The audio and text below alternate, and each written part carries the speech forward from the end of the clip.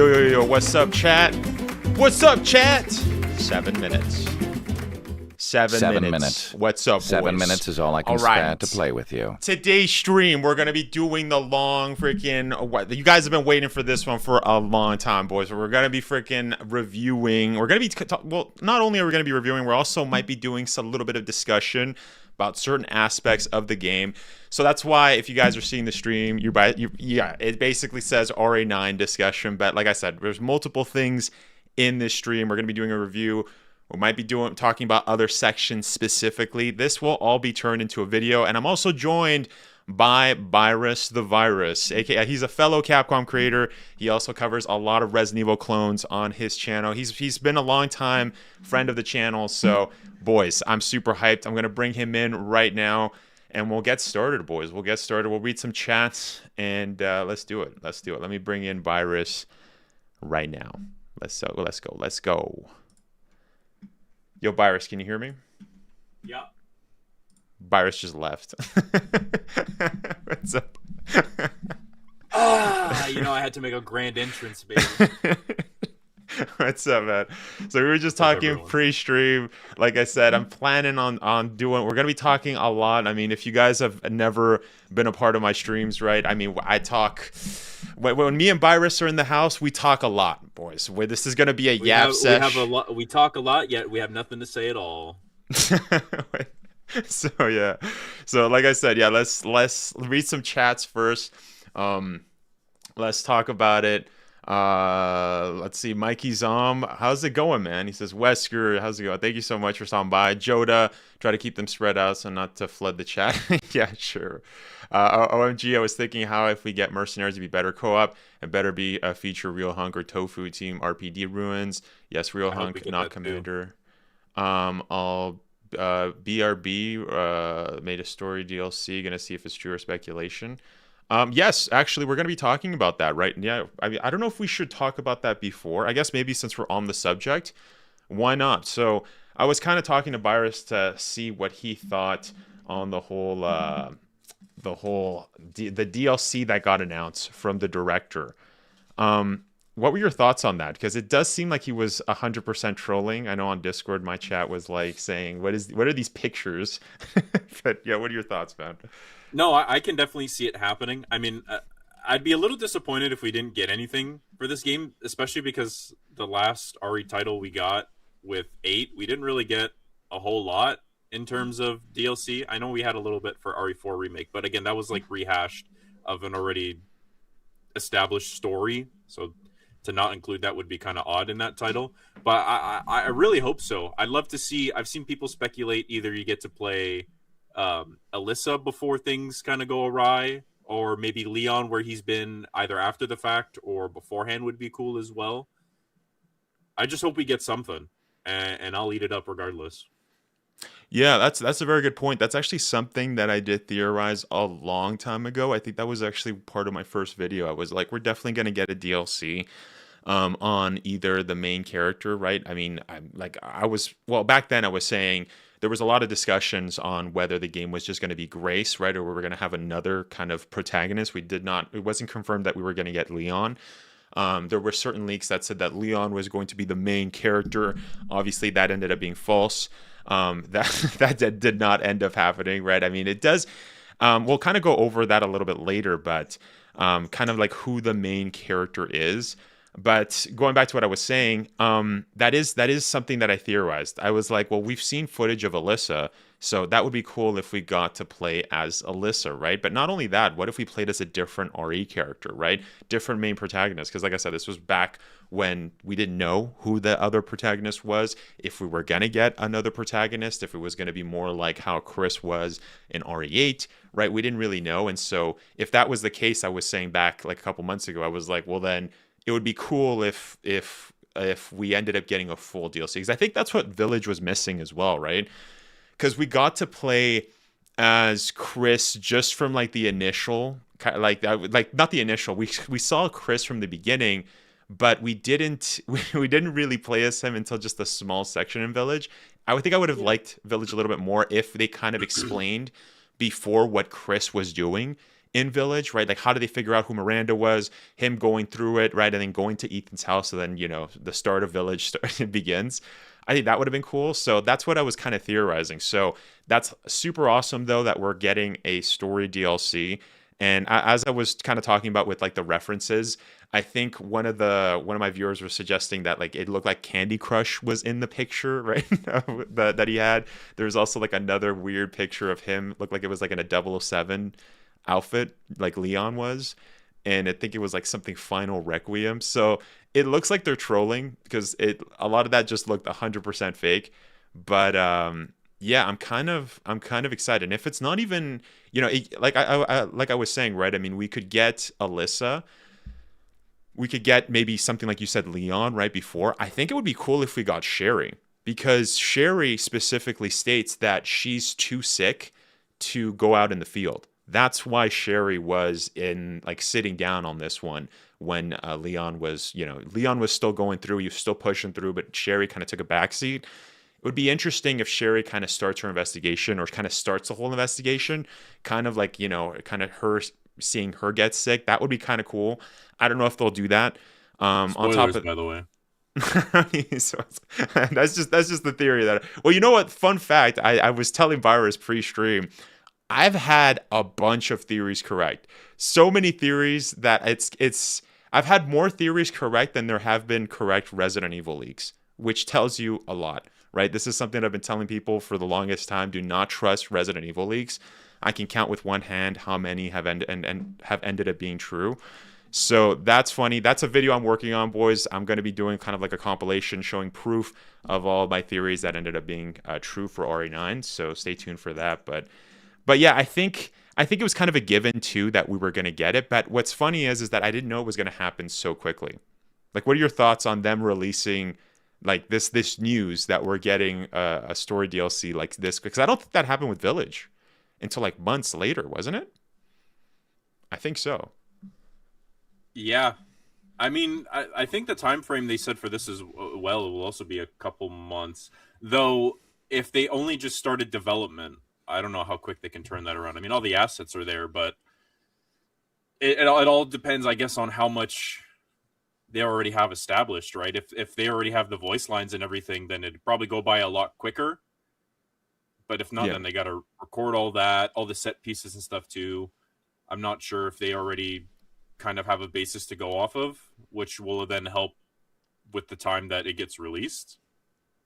But I guess we'll have to kind of wait and see, right? Or until more news potentially comes out, or until we get a trailer like they did with this. They just dropped that on our head. So, well, that's a very good point on the timing wise thing. I think I have a slight suspicion that they already have a DLC working, like they've already worked on a DLC, or else they wouldn't have announced stuff.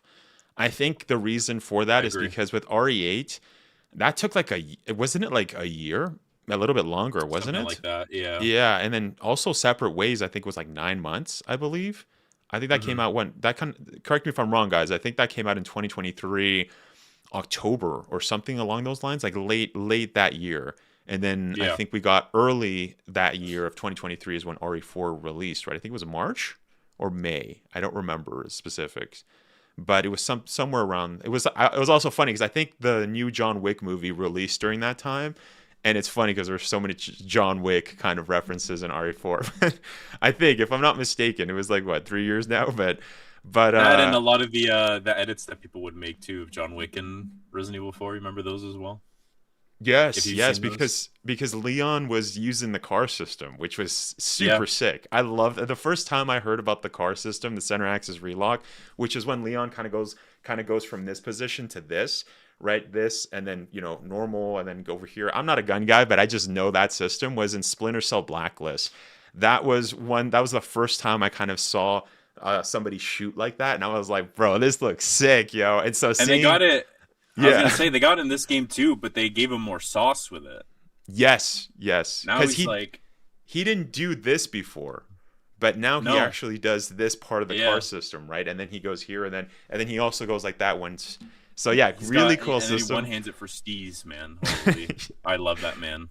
Yeah, yeah. But like I said, that's a very good point on timing, right? I mean, it seems I have a slight suspicion that Capcom was already working on a DLC, but they just went out and announced it just because I don't think they were expecting this much success, which by the way is amazing. I love that Resident Evil is kind of like on the map. Like they've always been on the map, but this much on the map, like selling 5 million in what, like the first week, like it's basically blown out. It's basically literally like it's surpassed every other Resident Evil game so far, right? I think maybe in its history. I was seeing like kind of the sales from the past, but that's freaking like fantastic. That's awesome, right? Because if more people are going into Resident Evil, more people are getting hyped. I'm also seeing a lot of people that used to like Resident Evil are coming back and actually buying the game and getting hyped for it to play it. So that hasn't happened in a long time, right? Because 7 and 8 were so different, right? Especially 7. And I think we'll talk about that in a little bit, but I'll talk about how different it is and how it seems Capcom is. I think they're in a good spot, right? But like obviously with all their sales. But I guess we'll just start, right? I mean, what are some of the things that you really liked about Resident Evil 9? Then we'll go into nitpicks, and then we'll kind of talk if there's any problems, like heavy problems with it. But yeah, I want to see what you say for the start of this section. So I know you're not an RE7 advocate like I am. I love that game, though it does have its issues. The horror element is what I love the most. I want to be shivered out of my timbers, man. And doing the juxtaposition with both Grace and then the action-heavy combat of Leon, it's such a good mix between the both of them. It's just like I was so excited to play both. I couldn't really. I'm only on my second playthrough. I've been editing my first playthrough for RE9 for a video. Sorry, Wesker, I'm self-promoting here. But no, you go, like, you go ahead, man. You're a friend of the like, channel. I'm going back in the footage, and I'm like, man, like I was like, I can't remember the last time I had this much fun on a Resident Evil game. Like I loved 7, I loved 8, but I don't know what it was with 9, dude.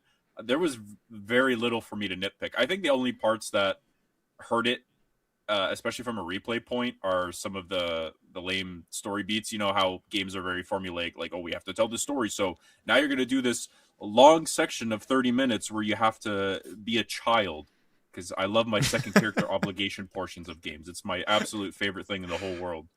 That's sarcasm, by the way. But like for a first time, like I have no issues with it, especially when you're trying to indulge in the story. Combat was great. The horror element was great. I think the best part of the game is like the first couple hours, like that care center, man. It like, oh, I could spend a whole game in there, and I'm not even being facetious. Like I really could. I think a little bit of the drop off too has to be. I know you said things I like, but I'm also giving you things I don't like. A little bit of the drop off again. Nitpicks right away. For me personally, is like the tail end of the game. Like I love the beginning when Grace is. Oh, that's another thing, dude. Real quick, Grace having someone who's genuinely like terrified to be in this situation is so refreshing for a Resident Evil game that I'm like, if I were to go back and play 2, like first time, both Claire and Leon going through this horrendous nightmare, and then being like, oh, let me throw a quip here, let me throw a quip there.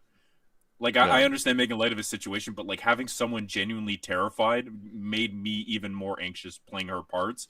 And that's what I think really worked. Like the detail of her hand shaking whenever she holds a gun, the first time you shoot that Requiem off of her and she's like, holy hell, this thing packs up. Like, dude, just the small details like that are chef's kiss, man. Like I can't praise this game enough for its amazing work that it did. It like, if this is the future of Resident Evil, then like, baby, I'm all here for it. It's, oh man. Yeah, that's a good point, right? I mean, that balance. And I was kind of, and it wasn't just me, a lot of the Resident Evil community, or a lot of my viewers, right? I guess my community, but a lot of my viewers were kind of discussing, they were discussing this in my chats and my comments and the Discord. But it almost seemed like Capcom was trying to please everybody, right? Like I was kind of a little bit concerned about that. I was like, I don't know how this is going to go. I hope that this isn't just like, oh, it's a copy and paste of RE2, it's a copy and paste of RE4, and it's like, no, that did not end up happening. I think one of the things that was really great about this game is that they got the best stuff from the whole entirety of the series. It wasn't just 100%. like, oh, an RE7 ripoff or like an RE8 kind of like, not a ripoff, but like a rehash. It wouldn't be a ripoff because it's Capcom and they own the whole series. But I mean like a rehash, I get what you're right? saying, though, Yeah. A rehash is a better word for it. And it's like that wasn't the case. They actually got like some of the best parts of every single game, right? Some of the top hitters, like RE2 Remake, right? They got the best out of that. But they got the best out of even RE6, which is not it sold well, but it's not a heavy hitter. But like getting the best parts of RE6 was crazy. I mean, I'm a RE6 fan. I mean, I love that game, even though objectively it's not a good game. Like there's a lot of problems with it story wise. Gameplay I think is the best, right? I think that's the first time we saw kind of the parrying and stuff. But going back to what I was saying, right? This having the best pieces of everything. You mean RE7, right? Like for instance, I don't want to like I am saving this for a video because there's so many of these kinds of areas. But like for example, like the attic, like stuff like that, right? Like they had the attic that was giving me RE7 vibes. The whole freaking coin slots thingy, right, with like the coins. That kind of reminded me of RE7. Like there's just so many sections like that where they just got the best pieces of everything. Even OG RE, because that's something that I will say was a little bit. This was kind of a concern before, right? But it obviously turned into something that I actually quite enjoyed. But the characters move very slowly. So it's almost like all the characters were kind of nerfed, right? So you don't move as fast as RE4 Remake, right? Leon isn't moving as fast as that. Grace isn't even moving as fast as that. Because I know people might say, oh, well, Leon's an old man, so like give him a break. And it's like, no, like literally Grace, it also moves. Like especially if like you're running or whatever and you kind of like stop and then try to go back, that's super slow. Compared to like RE4 Remake or like even RE6 where, you know, you had free range of movement. So from a gameplay perspective, I think that makes sense, right? You can't be, if you're going to combine the action and the survival horror of, you know, like something like RE2 Remake or RE7 and then, you know, RE4 Remake, you got to have some compromises or else it's not going to feel the same, right? So I think they did a really good balance of having RH, like I said, that's what I mean, where they kind of cherry picked the best parts of everything and just made something fantastic. But what were you gonna say? I was gonna say I want to piggyback off what you said about Leon even moving slow. Like I understand the sentiment of him being older, so he doesn't move as quick, sure. But at the same time, this motherfucker, my language, sorry, is throwing roundhouse kicks like it's no one's business. Like, come on now. If you just take in the melee combat, which I did for like the first portion, like he's spinning, he's throwing. I'm like, he doesn't get exhausted. I'm like, it doesn't work. I understand it's to do it to slow down the pace so you feel a little bit more, I guess, in trouble when you're in combat scenarios. So it's like you really got to make use of the space you got, because if you turn around to run, like you ain't gonna get very far, especially when they go for a grab animation or something. Yes, it just like that argument to me doesn't really hold up. I mean, he's what, 49, 50 in 49. The game. Yeah, so his ass can move. Like he's throwing like, dude, I can't do that, and I'm 27. Like, come on now. This guy, and he's built like a brick house. Like, and he's sick. And he's sick, dude. Like, come on now. I will also say too, going back to the comparisons, I do like that Grace has more of the RE2 style inventory, whereas Leon has more of that RE4, 8 with the giant weapon cases. I think like that's a great use of the two different characters, so it doesn't feel the same. Because again, Grace doesn't need a whole inventory, and I like too, because of her, she can't hold as much, especially when it comes to ammo or whatever. But once you get like the blood analyzer thing, that kind of just becomes nuanced at that point, because then you can craft like it's no one's business, especially on casual difficulty. Like I'm doing that on my second playthrough just to kind of see what I missed and observe a little bit more of the area. Like you really do, like in the first maybe 2 hours of Grace's gameplay in the care center, that works perfectly, because you're like having to completely hold back your ammo. You're going through and you feel a little overwhelmed because you're like, dude, there's so much and I can't fight any of this, which really takes in that stealth aspect a lot better, which increases the anxiety and the horror when playing her, which I think they did really well. Like, that was perfect. But then again, by the end of the game, spoilers, when you're in the lab, and then you could just craft Molotov cocktails, and you're just killing liquors left, right, and center, like it's like you're throwing napalms. Yeah, or the acid. The acid was really OP. Yeah. Yes, I will super say OP. the acid was crazy. Yeah, that was a little too much. I was like, okay, it seems like they're just wanting us to play as Leon again. I guess we'll save that for the nitpick, right? I guess that's just a nitpick we'll add right now, but that's a good point. Yeah, I was like, this is a little too easy now, and I personally didn't mind it because they don't give you a whole lot to go off. I think if they just kept the Molotovs, that would have been cool. But I think the acid being in it too is a little overkill. yeah, just because I don't think we've ever like kill like even with a grenade launcher. Just to put things into perspective with RE2 Remake, like you have a grenade launcher with Claire if you're playing with her. Shooting a liquor is I think takes at least 2 shots. No, I don't know about lower difficulties. I don't play on lower difficulties. Yeah, that's disgusting. No, I'm kidding. I don't. But yeah, I'm pretty sure it's only like at least 2 bullets for grenade launchers. I don't think you can just knock them out in 1 shot. Correct me if I'm wrong. But I know how hard it is. I'm pretty sure it's 2. But yeah, just having 1 bottle break. And then obviously you have to hit them in the zone so that the acid actually works, or else they can get away like if they're coming towards the acid. But then again, I've been kind of experimenting with that, but in most cases you have to hit them directly or just around the vicinity of the splash zone. But that was a little too much. But kind of going back to what the things that I really liked, I like I said, going back to my initial point where everything was kind of like the best parts of everything. I also have to say the AI for the girl, the huge tall monster, Marie. Yeah, Marie.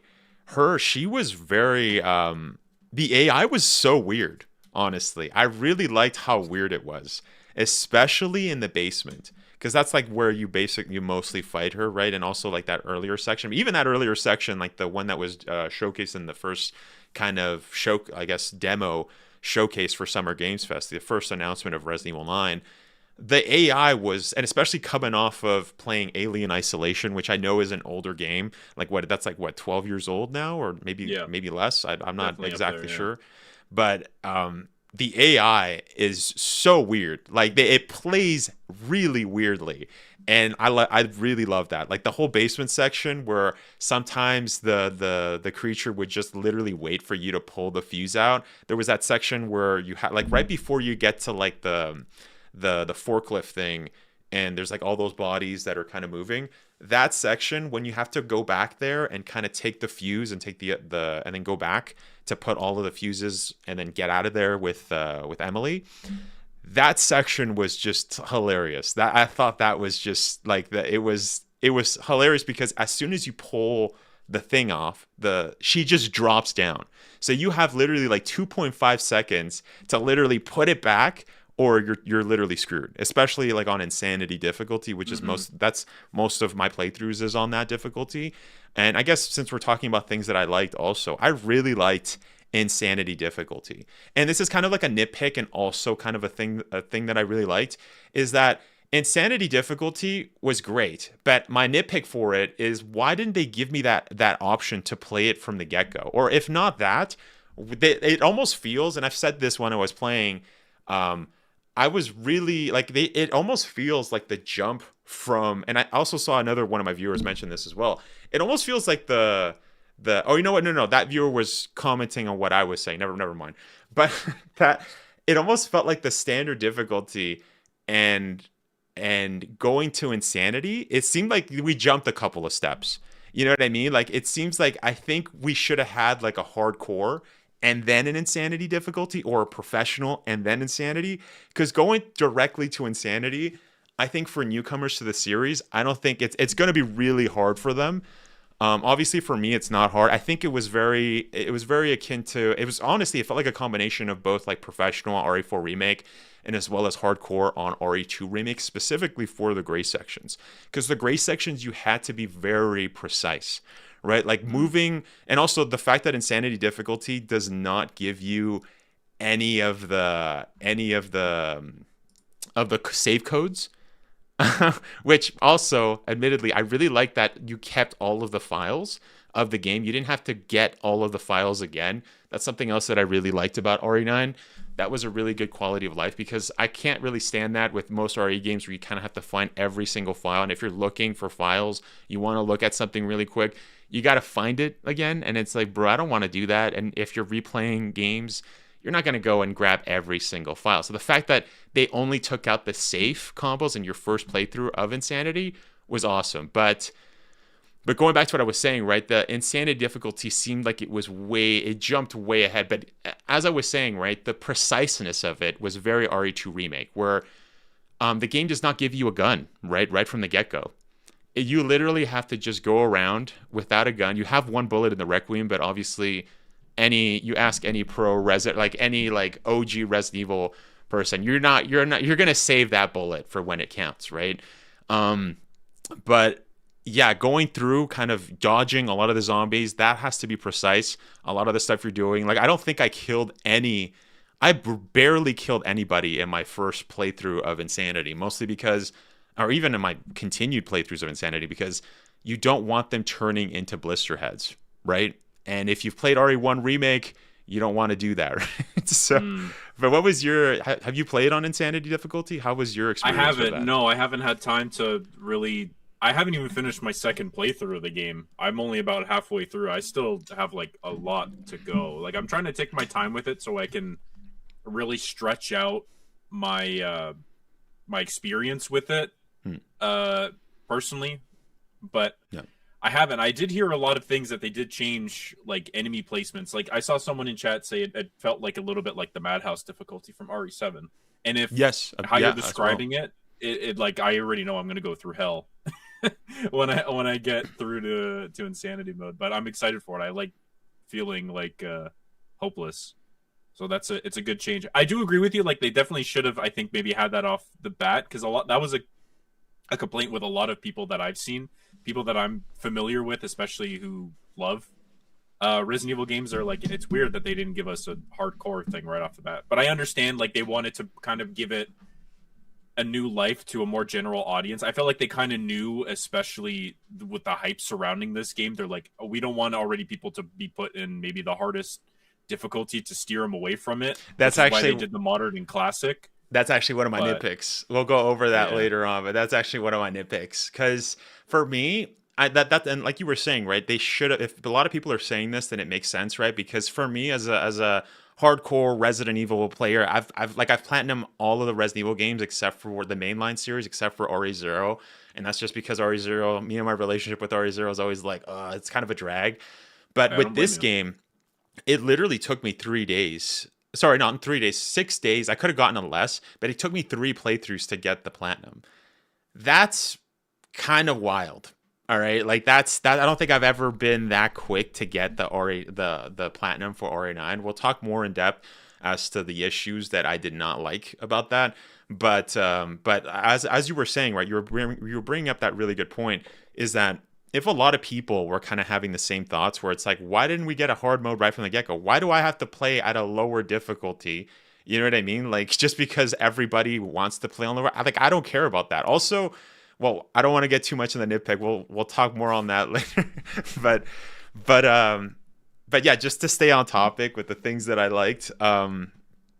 Yeah, that was I liked Insanity difficulty, but it should have been from the get-go, or they should have had an in-between difficulty so that you would give it. Because then it was, standard felt really kind of easy. And also, like Insanity is not impossible, even though people say it's Insanity. Like I was just recently doing a handgun-only challenge for Insanity. And the only reason I'm doing that is because I've beat everything in the game already. And also it's like, you know, I want to push myself even harder, right? So I'm doing my own challenges for the game. So that's not the best, right? But I guess I'll pass it off to you. Like, what other things did you really enjoy about RE9? I did like the ability to be able to switch between first and third, it felt less like a mod like RE8 did, because I revisited that game in the latter half of last year with the third person perspective, and it felt more like a mod than anything, because everything was still in first. Like, there's instances in this game that I'm going through now, because now I'm doing third on both, just to kind of see what Grace's animations look like.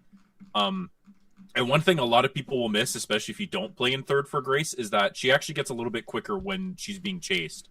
She moves, she stumbles, I think has a few more voice lines in it, because she's falling and tripping over herself, which I thought was a great touch.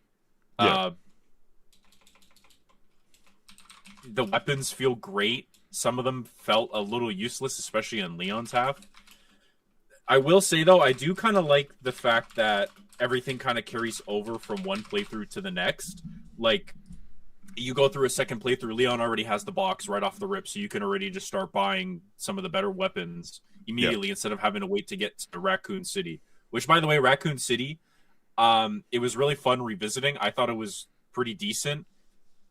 A lot of it kind of felt like, I don't know if you've played this, but it felt a little free roamy, especially in the first half of it before you get the bike section, with running around, like kind of akin to The Last of Us 2.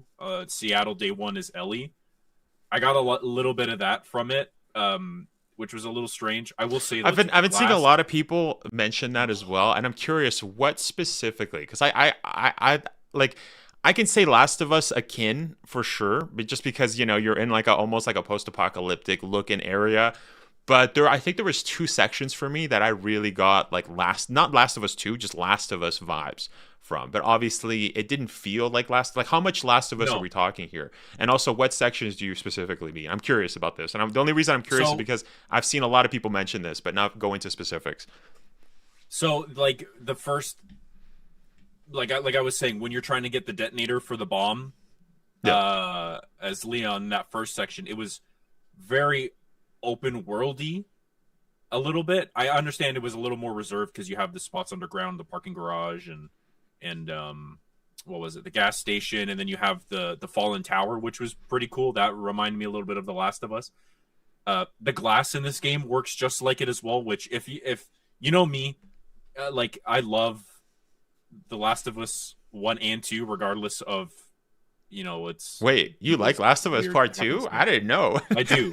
I think it's a fun game. It obviously has its issues, but I do like it. I've played it a handful of times already. I see. This is news to me. I did not know this, actually. This is... Yeah, we don't really talk about The Last of Us. I don't think we've ever talked about it once together.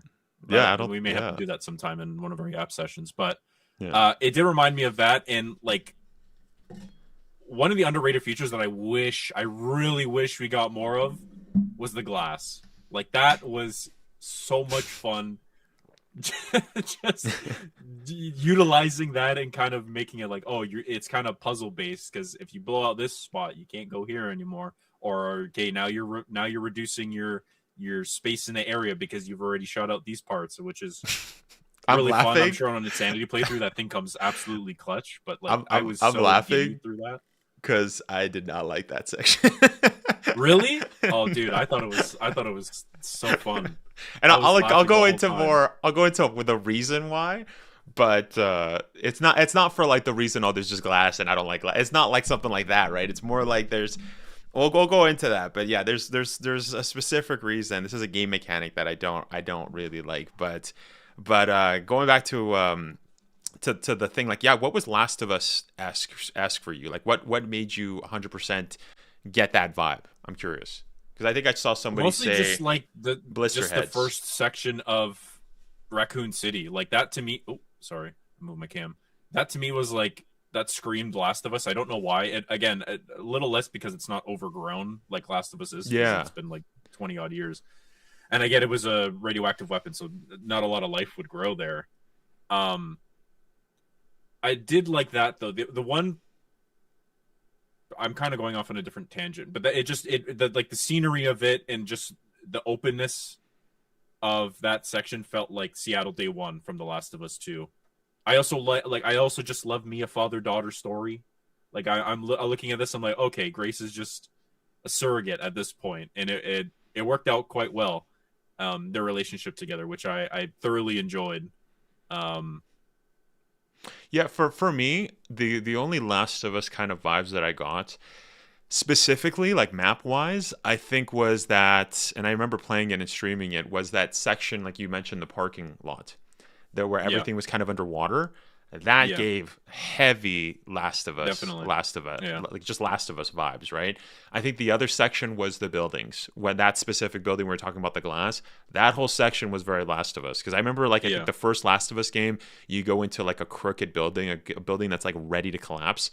And obviously this game, it's like, Leon, what the frick are you doing, man? Why are you going in here? This is like a whole death trap. There's also one section too where he shoots like a bunch of rubble to jump on safely, and it's like, what? Like, so what is going on here? Or like that section too where like the things like are right in front of you, and you just know as a Resident Evil fan, like, this stuff is gonna fall on me. I think Leon does a quick mention of that too, right? And sure enough, the thing freaking falls down, right? Or one of them. So there was also a lot of fan service in this game too, like especially in the second half of the game. There was so much of it, and I'm not complaining. And I think they honestly, I think they did it tastefully. One thing I will say that I absolutely despise about the game is I forget, one of the roofs in Raccoon City with the guys on the mortars. Dude, I was so frustrated. That section, my first time going through it, I was like, I'm like, dude, what is going on here? Yeah, that section was kind of wild. And I think the plant section. Like, after that, like, going back on a second playthrough, I'm like, dude, this just is tedious. Like, there's some, on your first time, you're like, okay.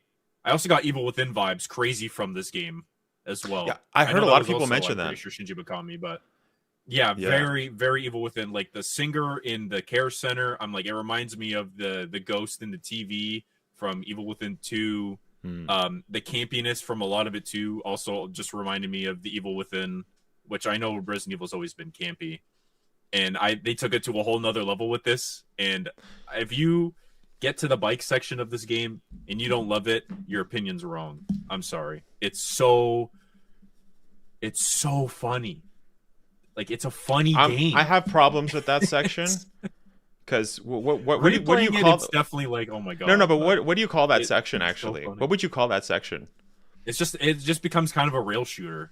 Okay, so we're kind of on the same vibe, because there was a leak before that suggested that Resident Evil 9 was gonna have drivable sections, and there was some YouTubers that were and that's the thing with leaks. There's so many YouTubers that kind of speculate on top of leaks, and I thought that was one of the dumbest things to ever speculate on, because I'm like, how if Raccoon City was densely populated, everybody was trying to get out, and you can kind of see that when you're playing Raccoon City, right? Like even like in RE9, RE3, RE2, but specifically RE9, there's so many cars that are just left open, right? I guess that's another Last of Us kind of vibe, right? There's people that are running away from an outbreak, right? This was like, what, 20, whatever, year, whatever. Like, what was it? I don't know the exact number, but obviously 1998, when all that was happening. So 98, 26, so it would have been, what, 28 years? Yeah. I think 28 years, yeah. Thank you for doing the maths. Thank you for doing the math. But so going with all of that, like, there's no way you could fit a car and go through that whole section, right? Like that, like especially as big of a car as like a Porsche, like how Leon has, right? So it's like, how would you be able to navigate through the whole area? That wouldn't even make any sense, because I also saw people were speculating on top of that leak, suggesting that, oh, we're going to be going, with the car, that you're going to be using like a metro, and you're going to get like the metros working or whatever. I was hearing people just speculate that would have been way too much for this nonsense leaks, right? Yeah. Because that, and like you just said specifically, that was not a driving section at all. Okay, like, you steered it a little bit, but the game gives you so much grace. You're barely doing anything. If you think that's a driving section, do me a favor, play the section again and just literally hard left or hard right. Literally, just game will kind of steer for you. Yeah. The game will not let you die, right? And so we'll talk more on my nitpick on that, but yeah, I think the rail shooter is a really good experience. A really good definition of that section, which I thought was fantastic. And like I said too, guys, I am going to be talking. It's fine because it's a segment piece. Like, it's just there to kind of bring you from point A to point B. So, like, I'm not hating on it. And it's not very long either. Like, on repeat playthroughs, it's a little like, okay, like, here we go with this section again. But, like, it's not as bad as if you were to, like, let's say, like, RE8, for example. Like, you play House Beneviento once, you've played it a billion times already by that point. Like, it's not, like, it's a segment piece, right? Like, and I love that section of the game. I think it's its strongest point, personally. No, I like it. On repeat playthroughs, it's like, oh, okay, we got to go through this again. Or RE7, when you're doing a bug house, you're like, holy fuck, like, I don't, that or the boat section in RE7, you're like, holy shit, I just want to get past this. But it's not as egregious as that. Like, not at all. No, it's more no. like the only egregious point in the game is doing the daycare center again, because you're just kind of waiting to get to the next part to, I think, go back to Grace, right? Or the basement. The basement is just tedious. I think for me, doing the basement is kind of like my second playthrough is a little tedious. Yeah, it's kind of like it's not as I already know where to go as previous games, but it definitely, you're like, okay, I'm just doing this so I can get back to Leon or to continue with Grace, and then yada yada. But yeah, I feel for you. I feel like that's a big point with a lot of the story games now, is they'll put in these sections that drive the story on a first playthrough. They're good, but like on repeats, you're like, holy shit, you're always dreading at least one section going back through them. And I wanted to ask you about that. Wait, before we go to the motorcycle section, because I did like that section, by the way. But I like how you called it a rail shooter section, because it's definitely not a driving section. No, it's not like RE6, for instance. You know how RE6 had driving sections, like in China, as well as the snowmobile in Edonia through the mountains. That section was a driving section only because you could literally die. Like, you were fully in control. You could hit a tree, get hurt, not make it in time driving. They give you actual control, yeah. Yeah, but with this one, you don't have that. You literally, like I said, go hard left, go hard right. You're not going to have that issue, right? Like, the game will just center you. Like, even when you're driving up the building and you're kind of going to, like, you can't. No, it does, you can't it does it for you, yeah. You can't crash. You get a couple seconds of grace, and then the game immediately puts you back on the rails. And unless you die from, like, the dogs, I'm imagining, but that's about it, right? I don't think you can. That's like a rail shooter. I know. I think you can. I think you can. I don't think they can kill you, because there was a point where my controller died and I was plugging it back in. The game was still running. So and the dog is just sitting. They're just sitting there. Like, maybe when you're actually driving, they can attack you. But like, I can't say that happened to me once. Like, I was sitting there for a good 2 minutes because I lost my cord. And then, like, especially when he knocks down like one of the highway signs, the dog's just sitting there. And I'm like, oh, okay. Like, nothing, that section. I think you can die. Like, nothing happens. Probably not. I think I saw somebody die on that section, if I'm not mistaken. I'm pretty sure. Then I just maybe got lucky, or because we both got early access, so we probably got a lot more bugs than I think most people did on release day. Yeah, because they had a day one patch. Yeah, so that could have just been akin to that, but there's no stakes in it really. It's just a fun section that you're just like, holy shit, like this is beast. Well, just riding up the building was crazy. Well, the thing that I really liked about it, and this is something that I was kind of mentioning before, right? When the Porsche got announced, I was like, okay, if the Porsche doesn't get destroyed, then Capcom's capping, bro. Capcom's like they literally, let's be real, like they did it's not like a sellout. It's more like it's like, like you can tell Porsche's not going to let Leon destroy their vehicle, but it's like, no, of course not. But like, why accept the partner? Why accept the collaboration at that point? You know what I mean? Because it's like, that's kind of a running gag. So it's funny, with all the fan servicey things that we got, that was not one of them where Leon literally broke his car. Now, Leon's always been a fantastic motorbike driver, right? So it's not a surprise that he ended up getting a motorbike. If you guys have seen the CGI movies, literally, I think Vendetta, Leon goes up like a whole building with a motorbike and then starts kicking ass. I think he goes through a highway in that one. He goes on a lot of highways, actually. There was a section where he throws like a grenade on a bunch of Cerberus dogs, right? With the A virus in that movie. Resident Evil Death Island, he was fighting a Maria Gomez on the freeway. What else? There's trying to think of another. I think that's it. But there's been a lot of motorbike sections with Leon, right? Correct me if I'm wrong. There might be others, but just thinking at the top of my head, Leon is a great motorbike enthusiast driver. I don't know how to call it, but yeah, having him go through that section, it just brought me back.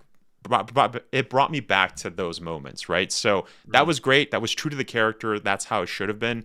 Fantastic. Also, like I said, it makes sense logically again, right, that he would be using something like that to get from point A to point B, because there's no shot that he would bring a freaking like big SUV through the streets of Raccoon City with like destroyed cars everywhere. Like there's probably nails on the ground, there's rubble, you know what I mean? Like, how are you going to bring a Porsche through all? I'm actually surprised Leon got so far into the city with the Porsche.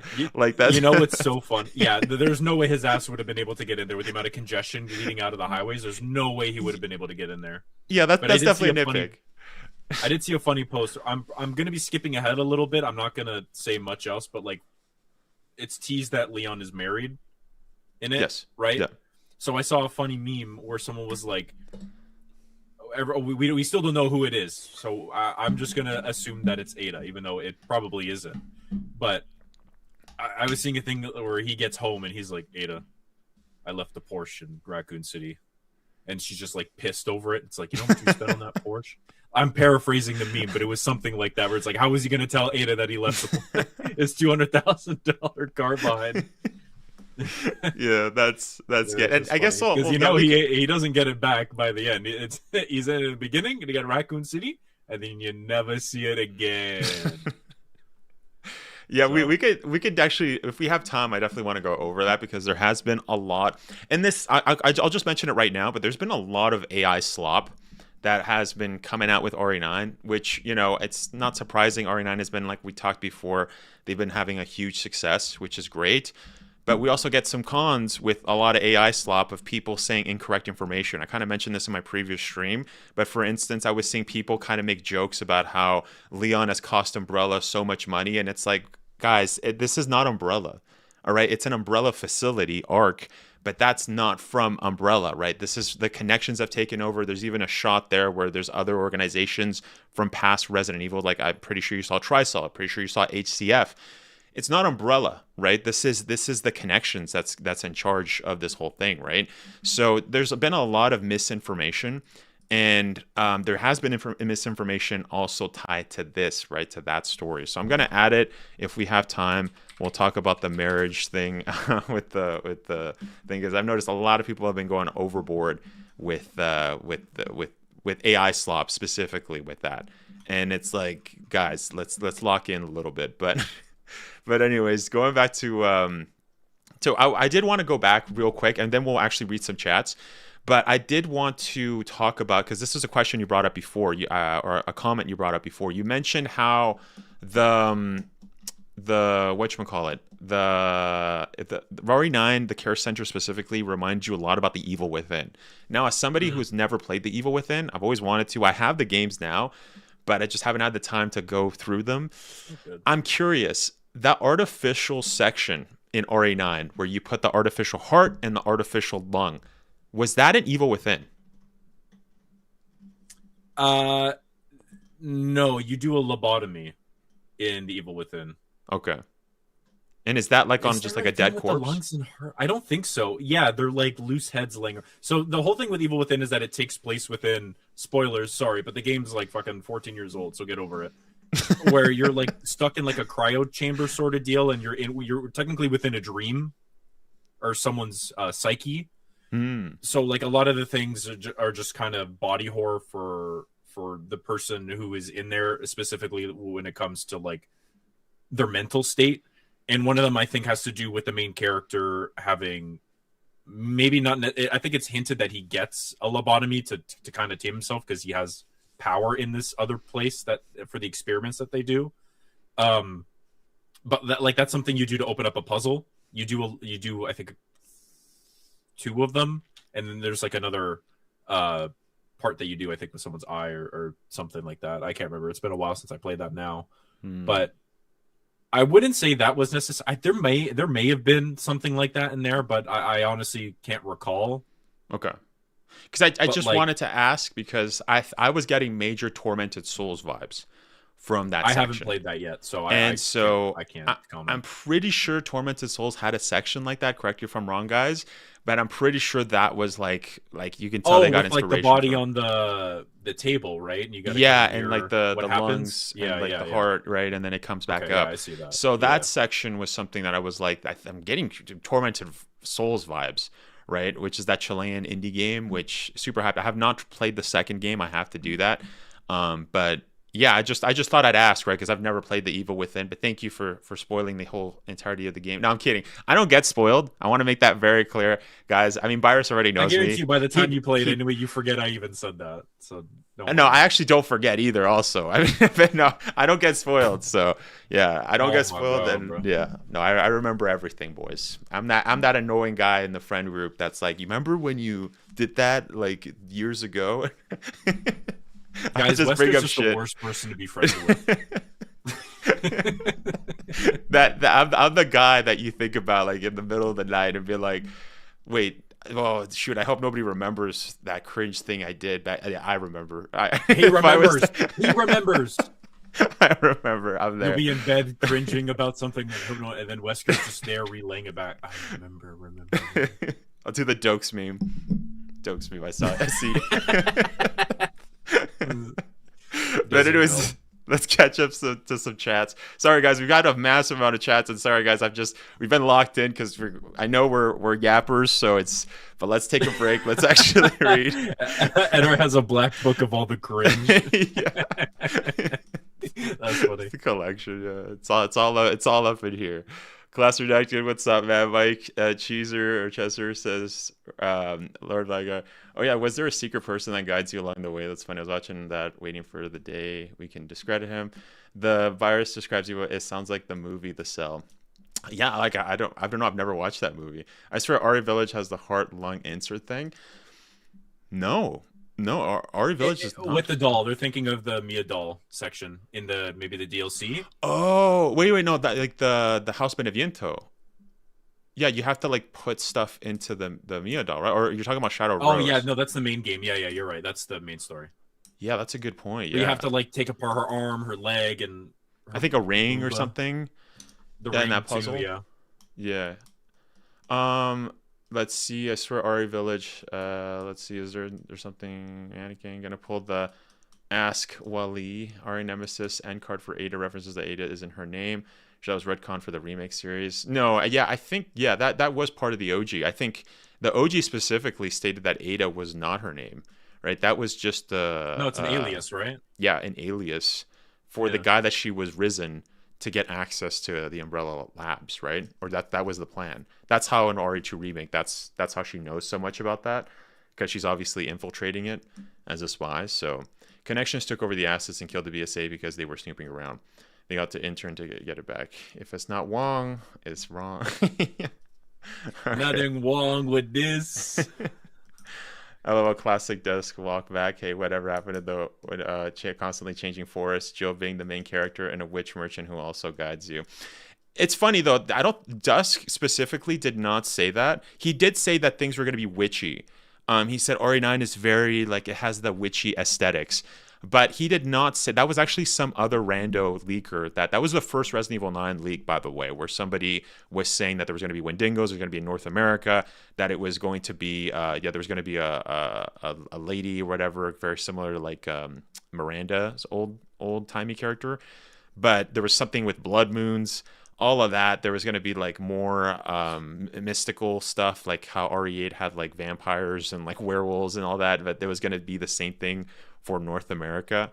Obviously that didn't end up being the case, but yeah, Dusk did kind of buy some of those leaks as well, and he did kind of put his seal of approval. As mentioned, we'll go over all of that because there's just a plethora of leaks that were just including Dusk's leaks. To be fair, there is bad. kind of a mythical creature in the game. They did in fact introduce the strongest enemy ever in a Resident Evil game. Are you familiar with him? Who? What are you talking about? The IV guy in the care center. What? Like the two guys from the second floor and No, also the waiting room. the blind one who has. Oh, Yeah. I guess there's two of them. Yeah, he's Yeah. the strongest guy in the Resident Evil series. He can one shot anything except the main character. I see. Yeah, I see what you're saying. Yeah. Because that, by the way, that got patched. I tried it last stream. It got patched. Yeah. Dude, we can't have shit in Resident But Evil. the second guy still works. He still works. Oh, let's go, dude. Yeah. He's gonna be, dude. I'm gonna do another playthrough, and I'm just gonna have him carry me the whole game. Just a bunch of glass bottles. I need a mercenaries mode with just him. But her name is Miss Kennedy. Did you? Funny, yeah. But anyways, yeah. I think we'll continue, boys. You guys are just reacting, but like I said, if you have any questions, put question in front of your comment, and then we'll kind of go back. But let's continue to other things that you liked. Do you wanna take it? You start again. What? No, stuff? you can start this time, and I'll piggyback off of you. I've said a lot. Now, this is something that I really liked about the mechanic of the game. And I don't know, I haven't seen a lot of people talk about it. And if you guys saw my previous stream, you saw that I did it. And this was with the blister heads right in the beginning of the Insanity run. But there's not just a parry system in Resident Evil 9. There's also a riposte system. Now, a riposte is this is a fencing term, but as soon as you parry something, you can actually hit back immediately, right? That's the term. So as soon as you parry, you can hit back, and there's a special animation for that. And I'm going to show a little bit how to do it, right? What any tips for that. I am working on that video, so hey, stay tuned for that. But I love that they kind of built upon RE4 Remake's parry system, and it's so funny to me that RE4 Remake's parry system was only brought up just because they were working on Krauser's section, and then they were like, we should have this for the whole entirety of the game. And now with RE9, they just took it to a whole nother level with like literally being able to parry missiles. Did you see people parrying the car too for that one boss fight in the Raccoon City? The car? Where the tyrant takes the car and he'll throw it at you, and he can just. Can you parry it? Because there's some clip of someone parrying it. Yeah, there's some AI slop out there. I saw some people parrying bullets, and I think that was. I don't think you can do that. No, that was wrong. I tested that, and I'm like, this is fake. Technically, he should be able to. Well, mind you, JJ in the remake has like a crossbow. Machine gun, but like that. Come on, man, just like. RE5 remake, we're just gonna cut bullets. Dude, I heard in Insanity, those guys are absolutely brutal to deal with. Who? The BSAA guys? The machine gun guys, yeah.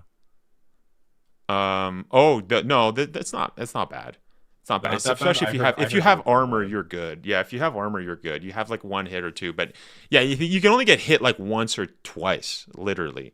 So you gotta hit them correctly. But no, it's not too hard. It's not insane difficulty. But it is more realistic, though. You get shot. Are making it out to be then.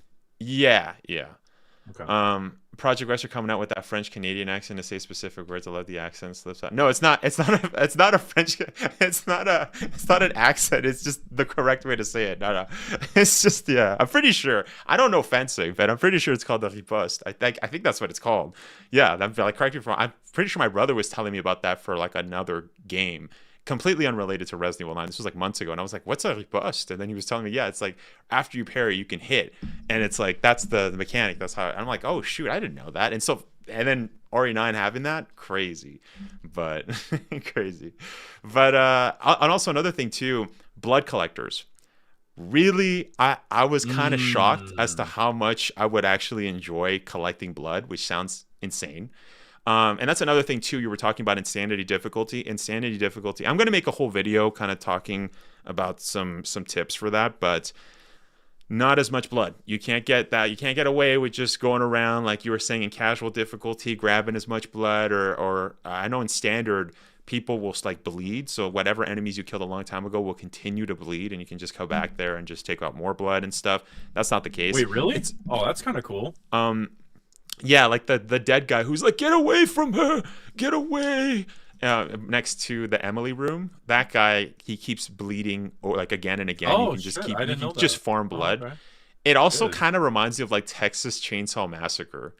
So again, you can kind of see like that, like they're taking that, especially specifically with the game. Like I've only watched the first Texas Chainsaw Massacre movie, but in the game Texas Chainsaw, that's how you kind of feed Grandpa. He has like a sonar. He's basically like UAV for the multiplayer game. So, so Grandpa UAV. UAV online. Mission failed. We'll get him next time. No, but yeah, that like literally the buckets of blood. That whole thing is literally Texas Chainsaw Massacre. So that was a cool kind of nod to that. But yeah, really loved that whole combination of stuff. I thought it was great. I think they got to bring that back. I know obviously with this game, blood is a huge aspect of the story, right? I mean, you have Spencer who's trying to use blood to kind of, use experiments, and next kind of Wesker children to be able to transfer consciousness, very akin to what Alex Wesker ended up completing, right? That's what she ended up doing. So that's interesting. I really, that's it made sense story wise that Spencer was working on that, because obviously then it kind of gives inspiration to Alex, and like fully doing that later on and kind of continuing that human evolution, right? The whole plans that they kind of got indoctrinated with Spencer in that, after the whole Wesker Children project. So also that's another theory I got correct. I knew that this was going to be a Wesker Children 2.0, and it literally was. I had one commenter in my stream specifically say like, well, it wasn't Wesker Children, it's more like Spencer Children. And I'm like, Spencer was the one that was in charge of the program, bro. He's in charge of Umbrella. So that's like I don't know. That's like saying like Ronald McDonald's isn't part of McDonald. It's like it's the old man. He's basically Umbrella. Without Rick and Spencer, you wouldn't have that. And so him continuing to work on children, right? Later on, that's just a given. Same thing, right? 2.0. So yeah. Anyways, that's just another, like, again, I have so many videos I got to make for you guys. So, but another thing I also really liked was, this is a small thing, but I loved how Leon in this one actually grabbed his gun like this and would run like this. This was taken out. This was actually a nitpick I had for RE4 Remake. I was like, why is Leon always running normally? Why is he always running normally? And then he grabs his gun when he's shooting and then he puts it away, right? Or he runs with the gun. It just doesn't hit right. Especially when you see OG RE4 where he's always just running like this. Even RE6, like he's running a little bit more down here, which I didn't really like. But having Leon run like that was goated. I'm so glad that they brought that back. I know that's like super minute, but yeah, I guess I'll pass it off to you, Virus. I just wanted to give some kind of just go out there and mention a lot of stuff that I liked. All right, I liked everything. Okay, now let's talk about stuff that we didn't like. So what I don't like is that the fact that you don't get a timer on your pause screen, especially when you're trying to go for the 4-hour achievement. Ooh. That's kind of annoying. You have to. That's just like a quality of life thing. Yeah. I hate. Listen, I understand it services a story. I don't want to keep going in fucking sewers. I don't want to keep going in labs, guys. Let's. Although I will say, labs? Though, like the lab. Wait, no, that's labs, crazy. Yeah. That's crazy. No. Dude, every survival horror has a lab. It's called tired of labs. It's called Biohazard, bro. It's called Biohazard. You know what it probably is? You know why I don't like it? Because I play so many garbage Resident Evil clones that have labs and they're never fun. And so when I actually play one, I'm like, dude, please, I'm over this. I will say though, the lab sections in this game, I think are some of the best we've gotten in a long time. Like RE2's gets kind of tedious. RE4's, it's like, well, we've been doing this for 20 years, so it's like it's nothing special. This one I did like, especially because you go back as Grace, and then you could just clear everything as Leon. That's kind of cool. But like, wait, what do you classify as a lab though? Because like RE4 Remake, the only lab I can think of is like Luis's lab, right? Or am I tripping? Like that's the only lab. I think maybe like there's that section in Separate Ways, where it has like all of his like. Well, it's same. Like, I guess the regenerator section would technically be a lab too. No. Yeah. Yeah, that's a good point. Yeah. That's Okay, like the latter half. I'm also so effing tired of just going through areas where you're hurt and you're just pressing up for like 2 minutes. You do that in RE4 Remake with Ashley, him carrying Ashley. You do that in this game, but when Leon is hurting real bad. That's all I'm going to say on that. You guys can... once we get deeper into it, I'm sure we'll probably get into more spoiler territory. But like stuff like that just, again, even on my first playthrough, I'm like, dude, holy shit. Like, this is slow. Like, I get he's hurting, he's tripping, and he's being infected. But like, I just don't care to go through these slow, monotonous sections. Like, ever. Okay. You're talking about like the section in the lab where he's like before it switches back to Grace, and then you get Xeno. Oh, okay. Because you set up or whatever. I'm tired of like stuff like that, and it always happens in a fucking lab, dude. Always in a lab. Yeah, so it was annoying. RE4 Remake. Like, they brought the same scene. Yeah, dude, I guess that's what you're talking about when he's carrying Ashley. Yeah. I will say though, I did enjoy that the backtracking didn't feel like horde in this game, except maybe the Raccoon City first section. The backtracking, especially when you're going back through, when you have the whole open area, gets a little annoying. Like going back through the subway all the way up. I understand that's kind of like the point of these games, but like that section specifically is when it's like, holy shit, this is like egregiously boring to do because the area is so big and he runs so slow. I also don't like that Leon. I get it, service for the story, it makes sense because the BSAA was there, but like I don't like the fact that Leon opens the Fortnite item shop to get guns. Oh, that's actually something I liked. You know why? You know why I liked it? You know why I liked it? I actually liked it because it was very Dino Crisis-esque. Because that's basically Dino Crisis 2. Now, it's funny because when I was playing that when we first streamed it live, a day before the game launched, I was like, bro. And by the way, thanks to Capcom for giving us early copies because we're both Capcom creators. Thank you, Capcom. I'm forever in your graces. Please do it more. Now send me the deluxe edition. I need a 12-inch Leon Kennedy. Near me. On my shelf. Yeah, it was crazy that we didn't get the deluxe edition, but I mean, whatever. I'm not complaining. I just thought I was like, okay. All right. By the way, I recommend getting the deluxe edition. Holy cow, that's freaking you press Resident Evil with the OG sounds, and you'll literally hear the guy say Resident Evil. There's there's the outfits are goated, especially like the Lady D outfit. Sheesh. Hey, whoa, hold on now. I will say though, they literally gave her cake just for that outfit. Isn't that wild? Capcom is I don't know, they're kind of goated with this, right? I mean, kind of similar with how they got freaking Leon. Like all of the women in Capcom, we talked about this. This was news before. They got all of the women in Capcom to basically go over Leon's look. What other freaking dev company do you hear that's that goated that they'll be like, dude, wait a second, we need to know? Like, I'm sure they did the same thing with the guys. With Lady D, with the freaking with Grace's look, with everybody's look, with Jill, with Claire. I'm sure they did that. They probably had like literal meetings. They're like, all right, boys, let's lock in. How hot is this character? How can we make her hotter? What do you think we should do? With the fact that they did that with the ladies at Capcom, they got them all freaking into meetings and be like, all right, what do you guys like? What do you guys don't like? It's very similar to, I heard this was a clip of like a movie called Tangled, I believe. Oh no, not Tangled. It was like the other one with like the...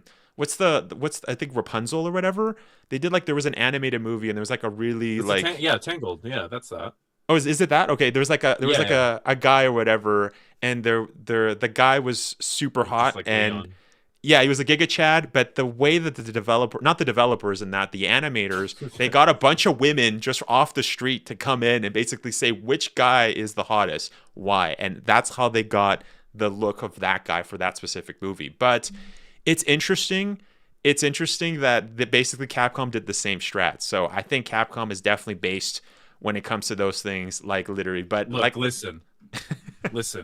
I receive sexy characters in my Resident Evil game. Capcom gets all my money. Yes, the logic is. It's as simple as that, ladies and gentlemen. Like as soon as you get Leon with that axe and that first closet door that you open, dude. If I was a woman, I would have been pregnant. Like, I'm sorry. They knew what they were doing with this guy in this game. The freaking forearms? Sheesh. Dude, his forearms, his back, dude, like, if you were ever inspired to work out and look like a beautiful beast, what other inspiration do you need? I'm gonna be real honest, man. Like, them tramp stamp mods are gonna go hard for this game. That's all I'm gonna say. That's all I'm gonna say. Hey, the RE community is hella thirsty. I mean, I always tell people. Blame them? No, I always tell people. Everyone in this game is beautiful. I always tell people, yo, like have the blurred option when you're going through Nexus, bro, or whatever mod thing you're going through. Yeah, the first page is filled with PORN. Yeah, there's a lot like crazy. There's crazy stuff. I'm not even gonna mention it, but you guys, man. Yeah, guys, should we go look up all the sexy mods they got? Let's do it right now. We'll pull up on stream.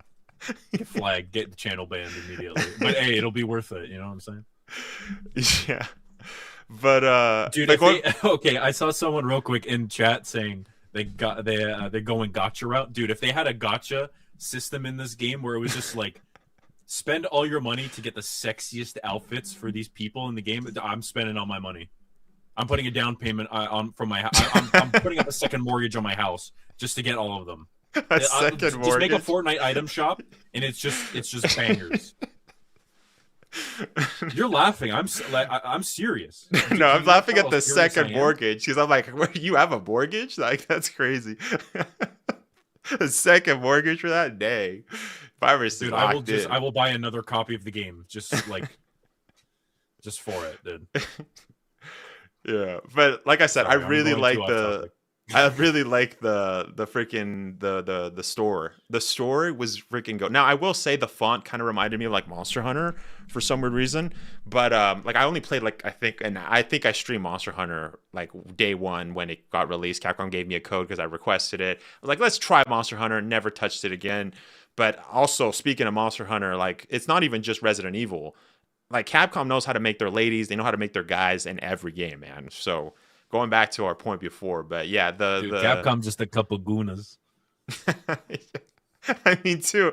Wait, and speaking of which, another thing I really liked about the game was I'll show you right now, was the Rebecca picture that you could also get. Oh my! Which I also it's still in there, right? It's in the library this time or something. I remember telling Virus when I did that. Virus was laughing his face. He was like, "Bro, wait, let me put Virus back on screen. Hold up, I don't have a button real quick to do that." But there you go.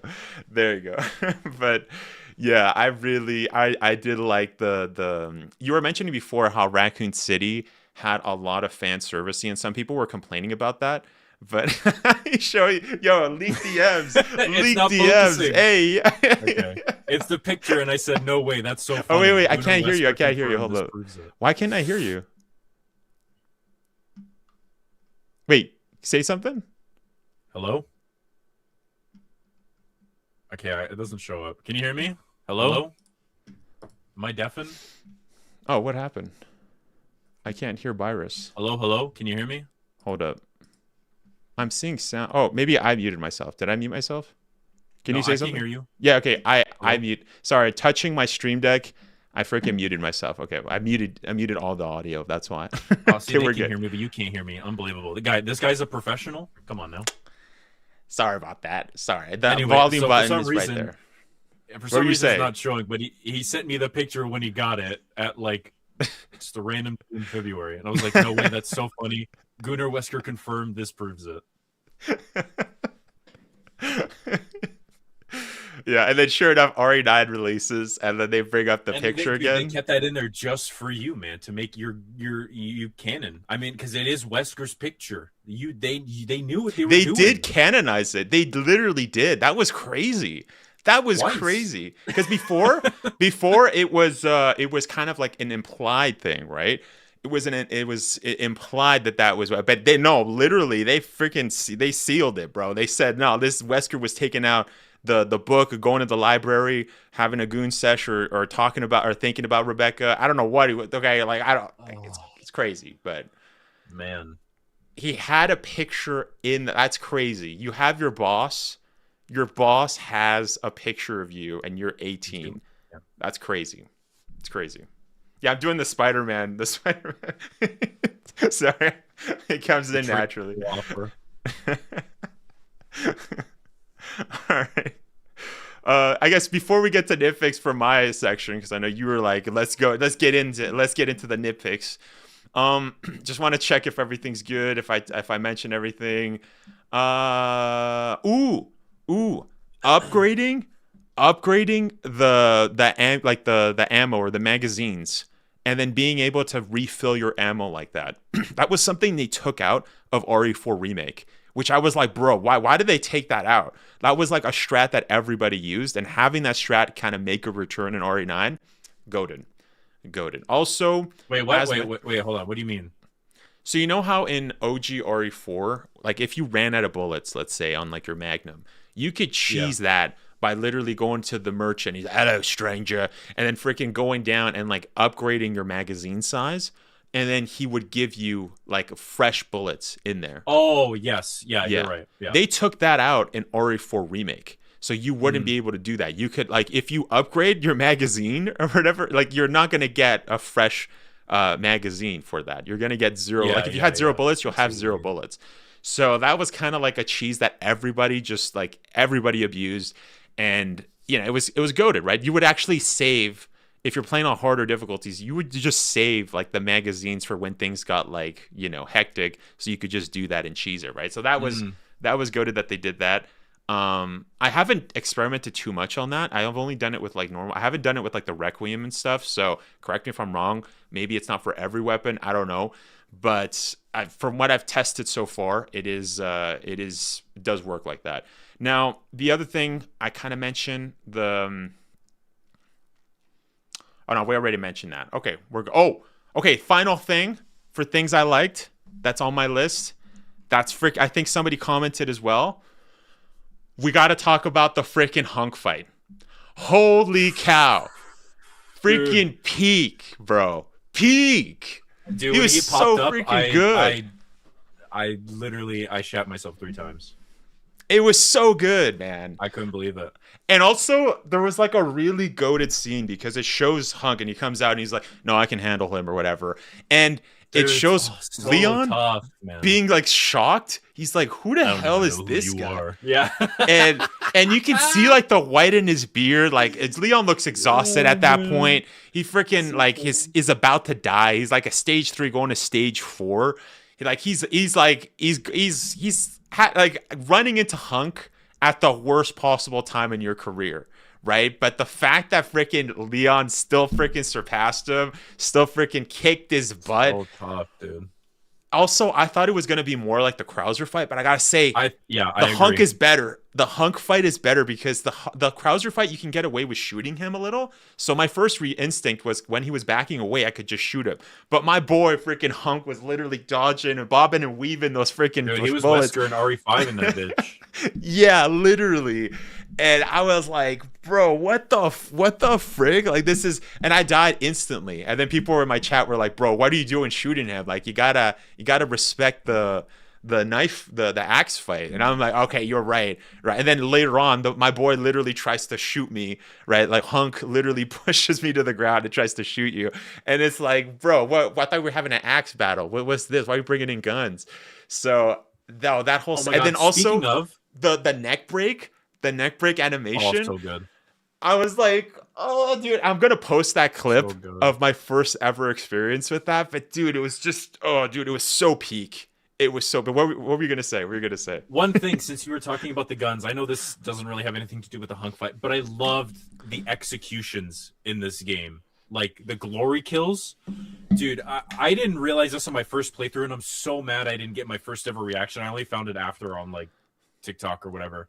But if you get close enough with the Requiem, he'll duck under him and just aura farm. This game is just Leon aura farming. Like, let's be real. Like, he's the sexiest. He's married probably to the baddest woman in the RE franchise, and he's still steezy, like in his 50s. Like, dude, like, I'm sorry, he's aura farming the whole game. Like, the execution, he just pulls up, man. This game is so good, dude. Game of the year. Game of the year. You know what? You know what? I talked about this before, so people already knew about this. I know you were kind of like before the game came out, you were not really looking at like the stuff. I was trying not to. I wanted to be completely surprised. But I was like dissecting the living daylights out of it. I was like, bro, he could dodge. Is this like an auto thing like RE6? Like, cause it's crazy. But I actually ended up making an emoji of it, and I don't know if you could see. You can't see it on this one for some reason. Wait, maybe on Twitch you can see it. Hold up. I'll do it on Twitch. That's basically Leon, did you see it? Oh my god, the emote's called Leon Ew. That's funny. I did that completely by accident. The face of Leon when he does the Requiem shot, he's like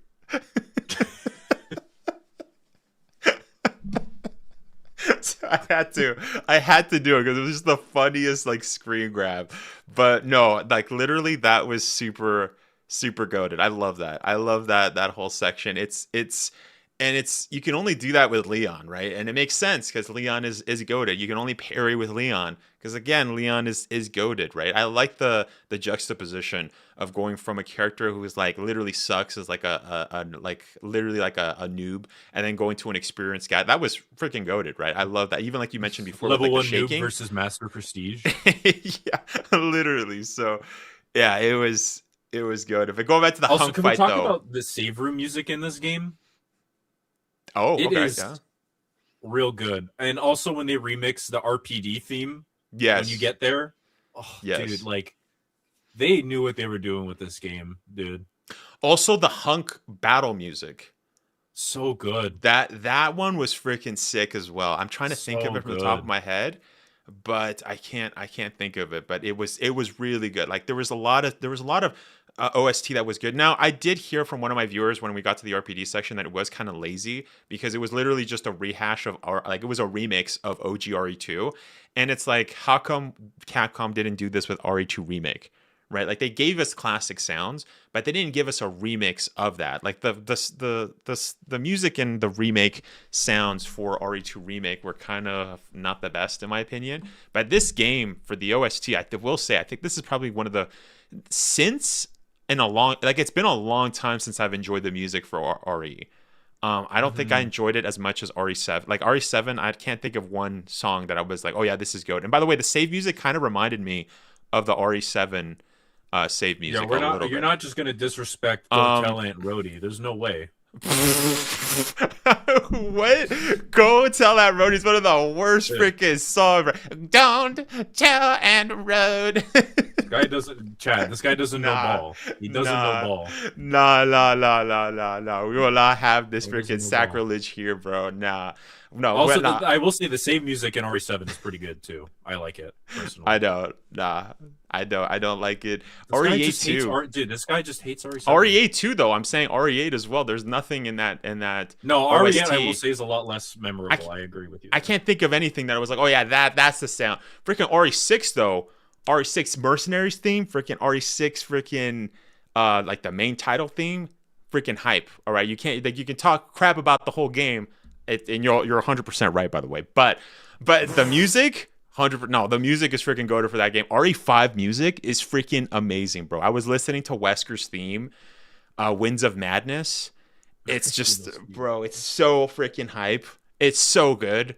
Freaking RE4 has so much like so many good freaking CV. Brother, CV. Oh, dude, CV, that has the best save room theme of in any Resident Evil game. I will die on that hill. It's so good, it's man. So good. It's so Listen, I have my issues with the game, but the music in that game is phenomenal. Sorry, Claire. Sorry. Dude, I hope we get a remake of that soon. That allegedly has also been rumored, but I don't know how true that is. No. It's allegedly been leaked. Which, by the way, I just want to ask you real quick. Have you seen the leaks for Resident Evil Code Veronica? I talked about them on the showcase. No, I just heard that it was in like super early development. That's all I heard. So as somebody who's played Resident Evil Code Veronica, I just want to mention this to you. Just one part of the leak, because there's not much that was said.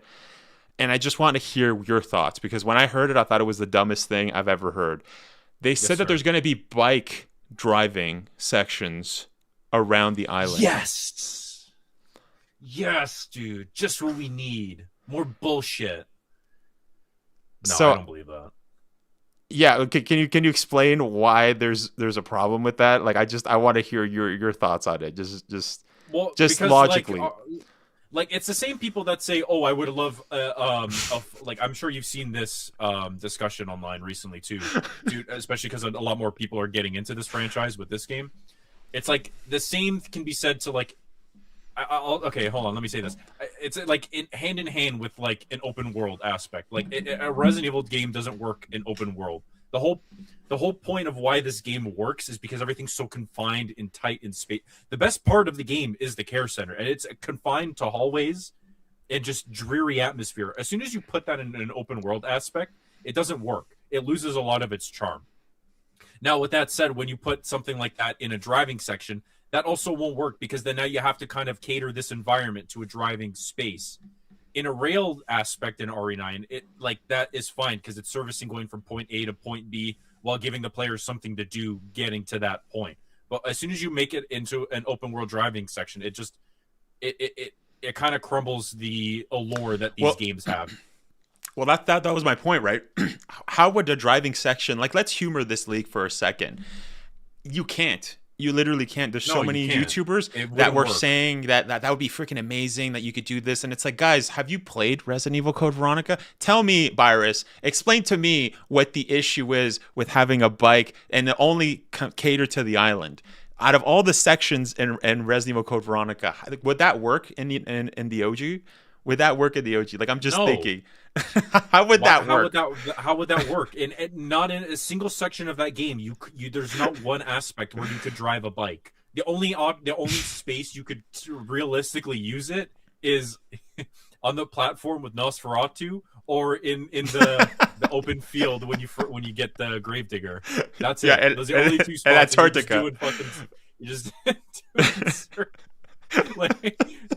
That's the only places you can do it. Where else am I going to drive this SOB? There's nowhere. You would have to change the whole entirety of the island to make like a highway. And by the way, there is though, like there's trucks. Like I think at like the first where like Claire gets shot by Steve in that first section. But that first like I think she hides behind a truck, and there's also like that one bridge. But there's no drive. And also, do you need a driving section in that part? No. The island is so... I'm sorry. Like, okay, I saw someone in chat say, are you guys talking about Dead Rising 2 remake? That's a good point. I will say, like, in Dead Rising 2, something like that makes sense because you're expecting a lot more of the arcadey gameplay. Resident Evil has always been more grounded, except maybe for 5 and 6. But regardless in its action, it's always been a little more grounded, and that they want you to feel that kind of tension when you're being swarmed by enemies. As soon as you put me in a four-wheeler, whether it's a bike, a truck, a van, you take all that allure away. And then, okay, now how do you make this scary? You could have zombies jumping on the thing, but then again, how do you get rid of them? You're either swerving into let's say, other vehicles or walls, or you're going to have to do the same thing that RE9 did, and have that rail shooter aspect so you can get rid of them. Yep. Like, it just doesn't work. Evil Within did the same thing where you're in a school bus and you're driving around, but you're still in control of the player shooting and firing. There's an NPC driving for you. Like, it's cool as a set piece, but as soon as you do that, you take away the characteristics of what might make RE good. It just wouldn't work. It'd be fascinating to see how they maybe pull something like that off, but I feel that would be the weakest part of the game. It doesn't even make any sense. And also too, people that were talking about this, you can tell like they've never played, they've never touched CV, because it's like the amount of changing of the formula of CV you would have to make. It's already like let's grant that they made this. Let's grant that this isn't. Let's grant that Resident Evil leaks are real. Let's grant all of that, right? And be very generous here and say that that's exactly what's happening. Capcom is definitely working on that. Capcom would be all the RE devs would need to, I don't know what they'd be smoking, but it would have to be some intense stuff, because you're changing so much out of like what it would not be a good remake, a good reimagining. It wouldn't even be a remake. It'd be what do they call that instead of a remake? Be a reimagining. Well, it is a reimagining though. Resident Evils, that is the kind of the formula, but they've never done that where it's just so much different. And if they did, it was Resident Evil 3 remake. Was kind of, and so a lot of people didn't like it, and I think they realized that, and it's okay. We can't Like they have a for. If it's not broke, don't fix it. Yeah. It's simple like that. Like there's no need for it unless they do something that is like not a mainline game that could be something small. Like I heard that originally RE9 was supposed to be a co-op shooter, which I don't think a lot of people. I think people are tired of like online aspects and stuff. So like if you were to do something like that nowadays, unless it's like a complete spin-off, then I wouldn't even. I seriously wouldn't bother. Yeah. Sorry. Like even if they were to do like an Outbreak remake or remaster, like you can maybe tease some elements in that there, because there are a lot of instances where you're in big open spaces that you could maybe kind of get away with it. Yeah. But, like even then, I still don't think it would work. I think fundamentally it would just kind of take away all that tension. Oh, I can just get in a car and drive now. Okay, then what am I needing to save my ammo, my heals for, when I could just be in a car and just run everything over and be a tank? People were also suggesting, and this was again people that have not played Resident Evil Code Veronica, they were saying this whole thing that because the leak was suggesting that you'll be able to upgrade your motorbike and all that just on the island section. It's like, well, first off, gone now? where the frick did Claire get her motorcycle? It's like, have you not played Code Veronica? She literally goes to Paris, so that means that she did not bring her motorbike that she potentially has in America. Yeah, and then exactly. She goes to freaking Umbrella Paris, gets caught there looking for her brother, and then after gets freaking hauled off to the freaking Pacific South America like ocean in the middle of an island right off the coast of like South America, around there, like let's say like Peru or Colombia, off there in Rockford Island. So how the frick did she get her motorbike be transported all the way to freaking Paris, and then from Paris to freaking Rockford, and then from Rockford all the way to Antarctica? Like what are we like okay, yeah, she brought her bike. If magically she brought it all through those sections, then she brought it to her plane to go to Antarctica, like in the cargo plane. But it's like at that point, it's like you're making several changes. Now you could also make it the same thing. Again, I'm being very generous here. Let's say hypothetically she finds a bike on the island, a bike that it's like, okay, well, first off, if there's going to be a bike on the island, you need freaking like highways. This island has to be way bigger, right? And this is the point that you brought. Spaces in order to drive it, because then it just fundamentally it defeats the whole purpose of even having it. Yeah, and it's like what, like RE9 didn't have those sections. You didn't go from like, oh, I need to go back to the other section. Let me just hop on my car and go over there. That's not how that works, right? Even in RE4 Remake, you had a area to drive around, like with the boat, for instance, but you didn't. That was like such a minute section, and it's like how could you put that in Code Veronica to make it like to make it not only serviceable but also like part of the story where it's necessary to do that, when you can just walk to the military training facility, to freaking the palace, to the mansion, to the initial prison side of the island? Like there's like, what would be the use case to do that? I was going to say the only real area that I think they could maybe get away with it, but then again, they'd have to change some stuff in this section, is in the Arctic. Like you can get like a little snowmobile, but I don't really see, because most of the time you're you're inside the facility. Yes, unless you're going, like you get that section where she's in the snowmobile truck thing with Steve before they move on. You could maybe have something there, but then again, it doesn't matter, because then Alessa comes out and kind of ruins that. So Alexia. I don't think you could do it. Yeah. Or what did I say? Alexia, said Alyssa, yes. Yeah. Right. I was honestly getting confused before too with the names. Alyssa, Alexia. Yeah, I was thinking of Ashcroft, the Red Queen from the Resident Evil movies. Isn't her name Alessa? Is it? I don't know. I think so. I thought it's just called the Red Queen. I watched that hot garbage, so I think let's take it with the greatest salt. They did. I will say they did take some things from that movie. They put them in this game that I think worked. Oh, that's like a lot of the apocalyptic stuff. I think they like serviced well for this game. Good point. Yeah, I did not like certain aspects of it. For instance, this was something that I theorized back when they did the live action thing. Did you watch that? No, I don't think so. Right? I didn't. No, I tried to kind of keep everything under wraps. Even there we go. For that trailer dissection, I did kind of entertain the idea. It's like, are we going back to zombies that like are like Resident Evil Extinction, where they can just literally live forever? because that's what Extinction Yeah, kind of that's did, what it right? seemed like. Like when that happened, when you first see them come up from the ground, I was like, oh, that's kind of weird. How Yeah. everything would be obliterated. I don't Yep. like. It was very Walking Dead style, where like 20 years later, these guys are still kicking. Like they wouldn't have completely rotted into the ground already. You know what I mean? Like that's not Yeah. how organisms work. But again, you can tee that up to the virus, but once you get rid of most vital organs like that, like they're not sticking around, you know. So Yeah, also like flamethrowers, like a whole thermobaric bomb hitting them and then not being able to put them on the ground. Like in these Resident Evil games, it's a huge nitpick for me because like you get like a rocket launcher, you get whatever, right? And you can just shoot the zombies and then they blow up. They're dead. You don't even need to get a headshot. They're literally dead. So having the zombies come up just out of nowheres and then I really did not like how the zombies would come out of like concrete. That was one of the dumbest things. I will say I did not only like that, though that they would take the weapons out from the concrete. I thought that was kind of cool to kind of give you those environmental kills as well. those I did that was so much damage. They did, but I thought like that was cool that they implemented that. I thought it was like, oh, okay. I kind of like that. It changes up the combat rather than just being like stumbling, and then you get the ones that are obviously have been turned from BSAA after. Yeah, there was that also. Into the game. There was that also like there was that clear problems with it where like you can hear like the rubble of them breaking through the ground, breaking through concrete in the first factory, like the factory area, like as soon as you get to Raccoon City. And you kind of encounter them and Leon's like, hey, where are all the bodies and stuff. When you get to the top of like the scaffolding. Oh, and they start climbing out of the boxes.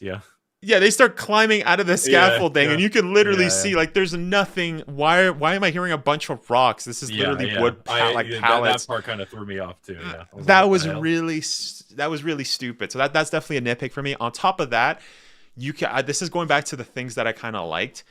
This was a concern that I had because we obviously knew that Apocalypse, and by the way, this was not from Dusk. This was not from rando leakers. This was actually from the Capcom data breach in 2020 November. We knew that Capcom was working on a game called Resident Evil Apocalypse. Now, a lot of people put two and two together. We also knew they were working on a Hunt game and also Resident Evil Outrage, which a lot of people rumored to be a multiplayer game, right? And then same thing with that. It ended up being that Resident Evil Apocalypse was the multiplayer game, right? Yeah, this was what it was initially supposed to be. Yeah. Somebody did call that out, by the way, and then I did hear that Dusk took that leak. Right now, Dusk is and the only reason I'm mentioning Dusk is because he's like literally the only like well-known leaker in the space. That's why I'm mentioning him, right? But he has been called out a few times for stealing other people's leaks. That was one of them, for sure. I'll be right back. I'm just gonna run to the washroom. Yeah, but going back to what I was saying, right, with the leaks, that whole section of what was I saying? Sorry, I lost my train of thought. The leaks. Shoot, Chad, I lost my train of thought. I lost my train of thought. Hold up. I lost my train of thought. Let's see, chat. What was I talking about? I lost my train of thought, boys. Shoot. Dust steals leaks. Yes, but what was I going to say about that? Yeah. So the whole thing about this is what I was saying. I was saying how we knew from the 2020 data breach that it was going to be Apocalypse, and there was also multiplayer leaks from that. Thank you. From that, later on, from the Resident Evil creator video, right, when Resident Evil 9 dropped, there was a specific creator dev kind of video diary that they posted on RE.net. We covered that. And the director, Koshi Nakanishin, as well as several other Resident Evil 9 devs. This was the same video, by the way, where they kept talking about like the hair mechanics and it was being freaking fantastic. They also mentioned that Resident Evil 9 was going to be a multiplayer game, right? So you can kind of see that this was going to be they were thinking of making like that whole Raccoon City section. It felt like a co-op multiplayer mode. It literally felt like it. Now, I think Capcom did a good job of kind of bringing it back, of kind of making it like they kind of made it like they made it serviceable for a single player story. But I think Virus also mentioned that it did kind of feel like it was kind of a little bit disconnected from the rest of the game, right? So, but yeah, that's what I wanted to mention about that. Yeah. Thank you guys. Thank you, boys, for trying to bring me back to what I was saying, because I did lose it for a sec, but I brought it back. Yes, it was Ori 9 multiplayer, right? That was supposed to be a multiplayer game, so that's why you kind of got that whole section, right? Oh, Virus is back. So, Virus, what I was... Sorry, I had to run all the way to the other end of Raccoon City to get to my bathroom. No, you're good. You're good. I actually lost my train of thought, but I chat was helping me think about it. But no, I was basically going to say about how RE9 multiplayer, right? It was confirmed that that was going to be a multiplayer game. Yeah. And so that's where it kind of felt, where you mentioned this, where Resident Evil, like Raccoon City specifically, kind of felt a bit off.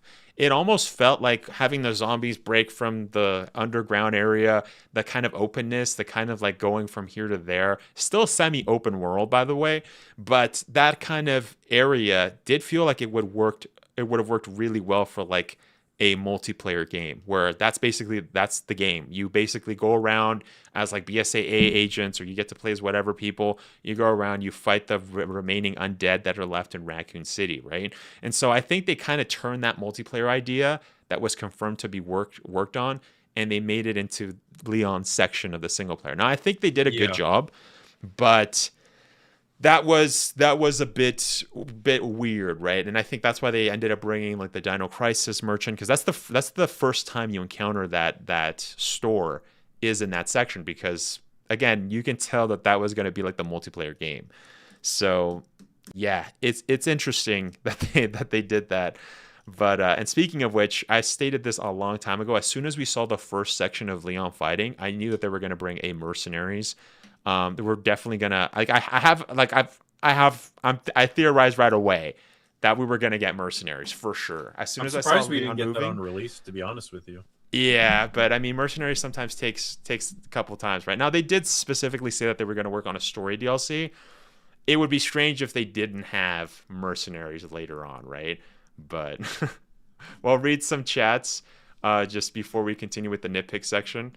But I was gonna say we can move on to theorizing what's next if you want. It's already 5 o'clock. Oh shoot, is it? Oh yeah. Virus only has 1 hour. Because I'm sure I know you got plenty to say about that too, and I know chat's been asking a couple questions about it as well. Yeah. Okay, so we'll hold off chat a little bit. We'll try to do like rapid fire. Make sure if you asked a question, once in that, hold on to your question. Make sure to put question there, and then at the end when I say like let's answer some questions. We'll do rapid fire, right? So repost your comment, right? Just hold on to your questions, and we'll do that after. So, because yeah, we are on a little bit of time. The time's flying, man. We've been yapping for a long time. So I guess I'll just go over my nitpicks really quick, and then we'll go over like the final score, what you think of it, and then kind of like the future of Resident Evil, right? So. Yeah, do you have any more nitpicks, by the way? Or I will say, though, I haven't gotten this ending yet. If you're not familiar, against spoilers, there are two endings in this game. One's canon, one's not. One, at least, the non-canon one, if you get it, the game gives you the chance to redo it, so you get the correct ending. Yeah. That just proves that you weren't listening to the story the entire time. That's on you. But I don't really like when they do that, like, because we all know how they want to end these stories. Like, RE7, for example, did the same thing. Help Mia or help Zoe. It's like, well, if you help Zoe, she gets crystallized anyway, and then Mia shows up on the boat regardless. So it's like, what was the point in giving me the option? Yeah. Like, same with this one. Like, okay, you get the bad ending, right? And then the game's just like, well, you can just replay it again so you can play the actual ending. I'm like, why even bother giving me the choice at that point? If I'm paying attention and listening to the story, then I'll come to that conclusion kind of on my own. Yeah. So I find it weird that they have done that a couple times now, because to me, it's like, what's the point? Like, you're going to give me... Like, even if they left it ambiguous, like, okay, you get the one ending, it's bad. You get the other ending, it's obviously good. You can kind of tell it's the canon one. But it's left to interpretation which ending you think is canon for you. And then they come up with a DLC that negates one of the endings anyway. So it's like, what's the point of it? Or let's say the next mainline game. Like, that's the one thing that I don't like that they keep doing, personally. And I have to add, I know how this wants to end anyway, so why are you even that's a fantastic it's not point. really a choice. Yeah. That's a fantastic point, by the way, and I love how you said non-canon and canon ending, because this is something that Resident Evil has been doing since literally RE1, or OG RE1, and also the remake. Now, there's a lot of people out there, Resident Evil purists, that love to say Resident Evil 1 remake is the best game ever. It's perfect. It's the best game of the entire world. There's nothing wrong with it, and you can't say anything about it. And it's like, well, that's a good point right there, right? I mean, the endings, whatever ending you get for OG RE1 and RE1 remake, none of them are canon. By the way, none of them are canon. That's a huge issue for the first game in the series to basically have a non-canon end. None of the endings you pick isn't even canon, right? We also had the same thing. And just for those that haven't played it, don't really know what I'm talking about. If you're playing as Chris, you can only save Jill. Or sorry, yeah, you can only save Jill and Rebecca, but you don't save Barry. If you play as Jill, you can only save Chris and Barry. You can't save Rebecca. But canonically, we know that everybody survives the mansion incident, right? Yeah. Literally Wesker as well. So those are all things that need to happen for the story to progress, or else we're living like in a weird timeline. Literally none are canon, right? So just like you were saying how this is really dumb how they're doing that, RE3, OG RE3 also did the same thing, right? I'm also not a fan of B and A scenarios, if I'm being 100% honest with you. I think they're kind of just lame, but I mean, that's a different topic. It's not really ending. But they also did it with Resident Evil Revelations 2, right? We had the canon ending with where you know what I mean, Claire and Moira escape the island and stuff and all of that, right? They finish the boss fight. There you go. And then there's also a non-canon ending where like Moira dies and she doesn't come and save. And it basically ends really badly. I think Barry dies as well. It's been a while since I've got that bad ending, but. Not bad ending, non-canon ending, right? So I love that you made that distinction. But yes, I am not a fan of that. I think it's really dumb. And by the way, I will be going over a video talking about that more in depth as to why that is non-canon, why it is canon.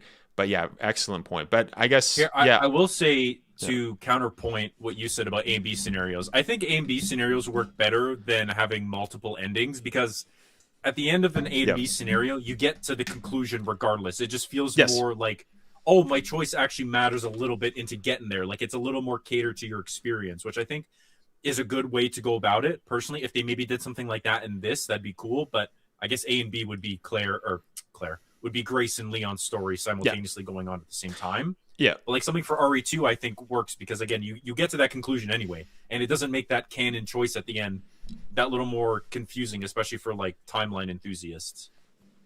Yeah, and that's why I kind of retracted what I was saying there, right? Where it's like that's a separate issue, right? I just personally don't really like A/B scenario, but it has nothing to do with endings. Moss recently said, well, they did confirm the canon ending for RE1 is everyone survived. Exactly, but that doesn't work if you have a game that has within the game no ending. Yeah, the game has a no ending. Like that. Yeah, that's how it should be told. That doesn't make sense. It's like. Like, I will say this, like, I don't know if anybody's watched Stranger Things Seasons 5. I know I sure shit didn't, but I'm very familiar with, like, them, the Duffer Brothers then having to come out at the end and be like, well, actually, this, and this happened. I'm like, well, what does this matter? Because you didn't show me this in the product. I'm like, if you're going to tell me it after the fact, what was the point of me even going through it? Yeah. You know, you get what I'm saying? Like, I know that maybe sounds a little convoluted, because you're going to play it through it anyway and still enjoy what's being told. But at the end of the day, like, you having to clarify that at the end is just poor storytelling. Yeah. Simple as that. And that's something that, like, needs to be ironed out before you finalize a product. Whether it's TV, movie, or a video game, like, you should make it clear what your intentions are and have it done. If you want to leave something ambiguous and open, then that's also a good way to tell it. But, like, if you're going to end the game off on a note and then come out after and be like, well, actually, the canon thing is everyone survives, but yet you don't actually get to see that happening, at least for an instance in each playthrough, you kind of do yourself a disservice there. Yeah. There's logically it doesn't even make any sense, right? So, sure. And I'm gonna go back and kind of just go over all of my nitpicks. Really, I'm just gonna shotgun through them, and I guess if you want, we can kind of talk more about them. But one nitpick too that I had was we kind of talked about this with Grace running like a doofus. I know that you like that. Like you said that was really cool how the third person or first person kind of added that. There's sections where sometimes when she's running like that, where she's literally running like a doofus, she'll literally run past the door, like the initial door when like you stab the cop in the face, right, and you kind of escape, like in the Renwood Hotel. You could literally run past it. You have to kind of aim her really good and just keep pressing X. It also happened too in the blood section, where in the lab, where like everything's like blowing up and Victor leaves and he just does like a self-destruct in like the lab area, like on the care center kind of outskirts. That or like in the area. That also happened too, where it's like she can kind of run past where she's supposed to go. Like there's like a locker on the right, not a locker, but you know how you kind of have to squeeze through. You can miss that and then get eaten on insanity difficulty by like a blister head that's right there. Again, this is another section too is like the beginning where she's running away from the girl and whatnot. Like there's a lot of sections where it's like you have to point her and like because she's running really weird, right? See, I didn't like that.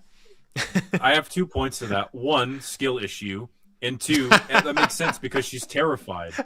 You know what I mean? Like she's scared. But wait, like someone wouldn't be thinking logically. So I get her moving a little too quickly, be like, "Oh shit!" Like I missed, and then have to run back like that. I think. No, I got to push back on this. I got to push back on this because you even mentioned before how you liked how she was shaking, right? She shakes, but that doesn't mean that in the game your freaking reticle is shaking like crazy, right? That's fine. I think that's like that builds character, right? If Grace is like, oh my gosh, so much from a gameplay perspective. But if she's like someone that's going like this the entire like super shaky, it's just not going to be fun to play. Like if it's a real life scenario, sure you can, or like a movie, you can get away with that. But in a game, you have to kind of minimize. And I think they did a good job with it having a slight shake like this. That to me is serviceable. But that's what I mean, right? It doesn't affect a gameplay, and you have you have the good of both worlds, right? You have the nervousness, which is a good detail to have because it fits the character. But then also gameplay wise, it doesn't affect you so much where you're just literally like shaking like that. Like when the zombie girls, like the zombie women, they start yelling, right? And you get all disoriented. It's not like that, right? So that's fine. Now, I think the same case, they could have done the same thing, and they did with the first person, right? Where you don't even get affected by running, but you have the same acting, you have the same of her like literally doing it, she's basically being scared. She's saying she's doing the same acting stuff, but in third person, it kind of, and I don't know if you played in third person, by the way, but it does almost kind of push you in certain directions where it's almost like you're fighting Grace's actions. I don't like that because again, a slight thing. Because I'm playing my second playthrough on third person right now, and I can't say I had any of those issues. That's just, what difficulty did you play it on too? Let's see. The modern classic. Okay. Is that what it's called? Modern classic. Yeah. It honestly doesn't matter about the difficulty. It's just I don't like when the game takes over the character, right? That I have an issue with. As mentioned, same thing with the shooting of the gun. That's a nitpick I had. See, but like again, like her tripping over, like let's say like you're running, for example, that one corner in that first room when you have to get the screwdriver in the in the care center before you can explore more. Then you switch back to Leon. Like I had an instance where then it came out and it was chasing me, and instead of me being able to turn that left corner, I ended up cutting because she fell a little straight. And I was like, oh, that's cool, because then she did that, and then she like stopped her footing to skip back to then go down the hallway. That to me was like great detail, because that is something you would do if you're in a rush, scared shitless. Like I 100% think that was done by design, because like you see the animation for it. Like I thought maybe it could have been, oh, okay, you do that, and then it's one of those where you have to do the slow, run turns that most like of these games end up doing, but like they had a specific animation for that cutback. So that definitely was intentional, and I think it works to add that dread in. Like, oh my god, it's like right there. I gotta hurry the hell up and cut this corner. My argument isn't that it's not intentional. My argument is that it's affecting gameplay. Yeah, my argument is that it's affecting the gameplay. That I don't like, right? And I think as soon as you affect the gameplay, it's not really a skill issue, but it's more like I just don't like that something else is taking control of my character, and it's not on me. It's not like me I screwed up, I turned that corner, that's on me, right? I freaking, like, that's a skill issue. That's not what I'm talking about. It's almost like it's not even that you could get yourself killed. That's not even the problem I have with it. The problem majorly is that the game kind of controls you or puts you way too much into the shoes of the character, which I don't like. And like I said, I think a better way of doing that would have been if you kind of had similar actions, but you can still, like, not to the same degree as her doing that, as mentioned with the gun example, right? I don't think that the whole thing should have been like, ooh, what are you doing? And then she's like shooting like this, and then everything's shaky. That would have been super freaking annoying throughout the whole freaking game. You just reminded me, that's one of my favorite parts of the so going, ooh, dude, I laughed every time. Like, I get it, you're scared shitless. No, baby, I am too. But like every time I heard it, I just, oh my god, I couldn't stop laughing. Like, it's funny.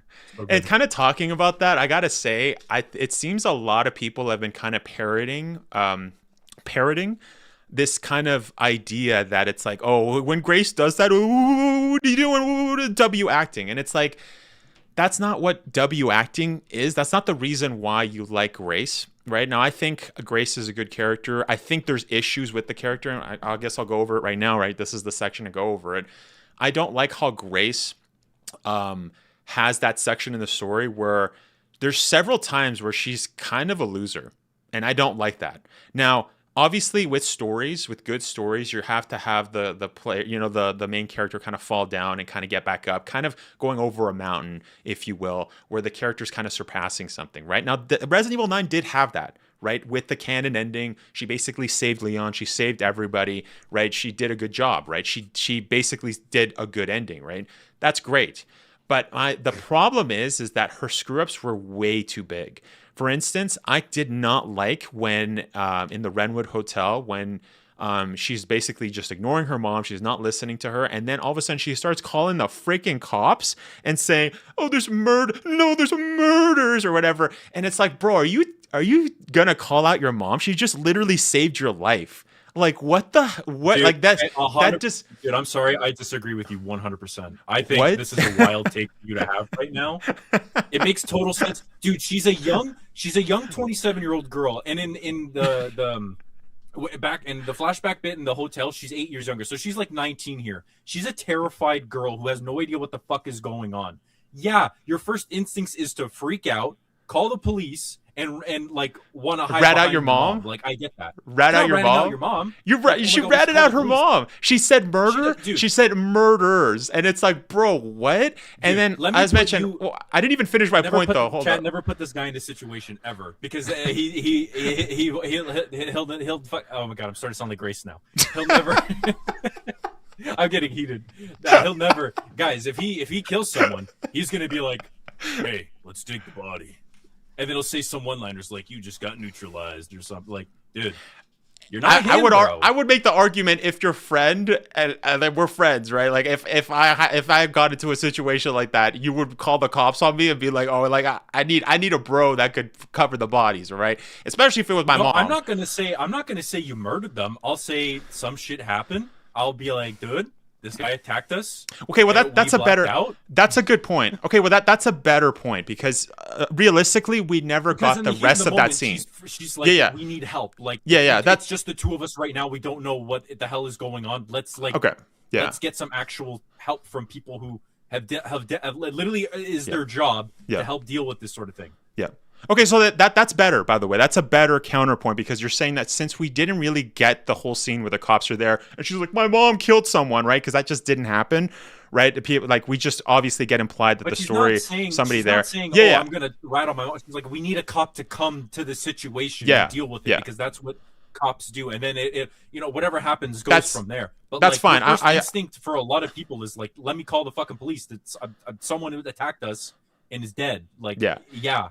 That's a great point. Understand that. Great point. That right there is a great point, because, like I said, she doesn't literally or explicitly say. She doesn't explicitly say my mom killed someone, so that's fine. That's great. But again, you didn't let me finish my point with later on, right? The second part where I thought the character showed really, I didn't like the character at that moment, is when Emily dies, and then she's like, I give up. I'm a loser. I'm gonna go with the bad guys. Like what? Like how do you get from like that's very cheesy like story wise I'm talking about. I did not like that. I didn't like her hanging around with the Team Wesker and stuff. Can I give Team Wesker? That's funny. Can I give my point real quick to that? Yeah. It's a good juxtaposition to Leon. Let me tell you why. They make it very known in this game that like he feels remorse for not being able to help anybody as his first day as a cop. Obviously, it's like who could have expected any of that to happen in RE2? But like he has weighed heavily on not being able to save people since that game. Like right off the bat, let me just say Marvin, right? Because that's like he tried really hard to help him, and they have instances in the game where he's like, holy shit, like I can't believe I didn't do this. And then you get the little Easter egg with his daughter later on that you can find that she wrote a note. So she's probably going through those motions that he did initially. So she's like, oh my God, there was this girl. I helped her from the care center and I couldn't save her. I tried. This is a very human reaction, my man. Like this is something that 100%. And like, if these people that I understand she probably thinks they're bad at first, and they definitely still are. But like now they're bringing up points to be like, you could help us. Like we're trying to end this. We're trying to make world peace. Like again, she's a young girl, naive. Like she's a naive individual who works a desk job at the FBI. She's never had to face true, real danger and consequences before. Maybe her mom dying, and that's why she becomes secluded and really refined. Like even the way she sits in her desk like this is someone who is not confident in themselves at all. Like she is a very timid individual. And her personality shows it throughout the whole game. And I think that's why a lot of people, myself included, fell in love with this character. Because even though, it's kind of stupid for her to go with the bad guy, I don't have an issue with the character. What their intentions are yet. Like, because if they wanted her, like Gideon captures her, but he doesn't kill her. Like not once do no. They put her in a center that tries to kill her. No, wait. I have to push back here because the logically it doesn't make sense what you're saying here, because here's my problem. I don't have an issue with Grace. As mentioned, she goes and has a character, she's overcome a challenge. So the canon ending, she's done a lot of screw ups. Right? She's done a lot of screw ups, but at the end, she doesn't screw up, right? She puts hope. Right. She figured it out. She solved the case. She's been redeemed. My issue is not with that she's a horrible character. I don't like her and she sucks. That's not what I'm saying. In fact, I actually like her. No, I actually like her more than Ethan, right? I would take Grace over Ethan. And I like Ethan, but I agree that having someone who going through this in the first place being scared shitless, I think is amazing. I wish they did that more with Ethan. But my problem though is mostly with the logic of, all right, the girl I was trying to take care of, again, another failure. This is before the ending, right, where she gets saved. It's another failure, right? And it's like, wow, I'm a loser, right? I just got her to get killed. Now, the point where this doesn't make sense logically is, why would you go to the guy, Victor, and as well as Zeno, right? Even though she doesn't know Zeno too much, she knows Victor, and obviously they work together, Zeno and Victor. You can put two and two together. Why would you work for somebody who was experimenting on this little girl, right, that was doing this whole thing? She can put that together, right? She even said, like, what are you doing? Like, who put you in? Did they put you in here, right? Then, as you progress through the game, through the care center, you find the whole thing, right? The bracelet, that they were the ones that were putting it there. You can already also kind of put two and two together that Grace is reading the files that you're reading through, right? So it's already understood that these guys are evil. Why would you just go with them, right? Now, this is where the story doesn't make sense. This is my problem, is mostly with the story. Not that there was a failure, not that Grace sucks or anything like that. That's not what I'm saying. I think Grace redeemed herself at the end, and it shows that not only did she succeed at the end with finding the cure, right? Finding the hope of Elpis, finding that it was actually a good thing. It wasn't a virus, and saving Leon, and not only saving Leon, but also saving everybody else that was infected, as well as Sherry and even people that you don't even see in the game. That's fine. My issue is that her going with the bad guys doesn't make logical sense. Now, if you want to push back on that, you got to explain to me why that makes sense for her to go with those guys. Okay, if her little girl best friend just died, now I'm going to go with the guy who tortured the best friend. You know why I can let it slide? Because one, she watched her die, so now she's feeling hopeless.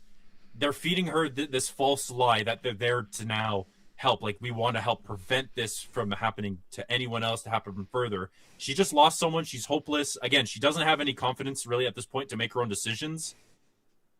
So, like, if you're being fed these lies by first of all, this absolutely dapper fellow in Zeno, let me be real, that guy threw the head up, for real though. Yeah, like, he definitely is. She wants these answers, this security as to what's happening, because her, like, the stuff happened with her mom. She's like, okay, now I have to go here and do this. Now there's this little girl who's turned. I'm in this whole situation that I wouldn't even have thought of 24 hours ago, and now here I am having to deal with this. Now I'm up, potentially could be the reason for saving the world. I need to know what the hell is going on. Leon isn't going to give it to her, because even he, right at the beginning when he meets her, he's like, what do they want with you? She's like, I don't know. This is a very exemplary reason why she would go with them. She needs these answers to figure out what is going on. Maybe how can I prevent it? And then she'll go along with it from there, probably. I don't think she's going to automatically help them, but maybe she's just assuming that and that's some sort of answer on what this is and what's going on, whether or not she ends up making that decision at the end or not. Let's not even think about that like in happenstance. I'm thinking of it from point A in the story leading up to as it's happening. As it's happening. I'd be like, I'm kind of curious too. These guys clearly had the answers and a shitload of money and absolutely crazy drip. Why would I not go with these guys? You know what I mean? Well, wait, Victor has crazy. Victor looks hella disgusted, right? I mean, he's got the alligator skin. Zeno. Oh, okay. No, but going back to what I was saying, right? It's just like, I can understand from that point where she's really pissed off at Leon. But my argument here is that why would she be so pissed off at Leon if Leon's not the one that freaking experimented on little girls, right? Dude, he didn't do that. He does crazy things to people in the heat of the moment. That adrenaline, the greed. I see. So what you're saying? The uncertainty. So what you're saying though is that this is why she did it. It doesn't make sense why she did it, but that's because you're saying that grief, her losing her like little girl. I guess. Well, also we don't really know that Grace has ever had a friend, and so Emily's like the first friend ever, right? That's a safe. It's a safe thing. Immediately, like she's she's playing caretaker, like Claire, like she's basically like Claire if she didn't help Sherry. Because let's be real, if that same thing happened in Claire's playthrough and Sherry died, and then she's finding out, okay, the dad's the one that's doing this. I have her mom here to ask me the questions, even though maybe her mom might not be morally correct. I'm going to now follow you and figure out what the fuck is going on so I can piece this together myself and come to my own conclusion. That's what I think she's doing. And speaking of which, when Claire speaks to what's-her-face, she does speak. There was that one section in RE2 Remake where she kind of talks with her, right? It was in the sewers, if I'm not mistaken. But I'm pretty sure she doesn't shoot at her. That's for Leon's campaign, isn't it? I'm just trying to see. That might be a good point. But anyways, with Eder and Eder gets shot. Yeah. But what I was going to say though. What I was going to say though is that if that's what you're going with, if that's the counter that you're going with, where it's just grief and grief makes you do stupid things, and like at that instant, in that moment in time, she was like, "Leon killed my best friend. Screw you. I need to go." And then Victor's like, "You're special, Grace. You're special. Come with me," or whatever. And then she goes with Zeno because he's dripped out. Whatever. She's not really thinking straight. That's still not a logical thing. Now, as mentioned before, I was saying that this has been done several times in stories where the main character goes with the bad guys, right?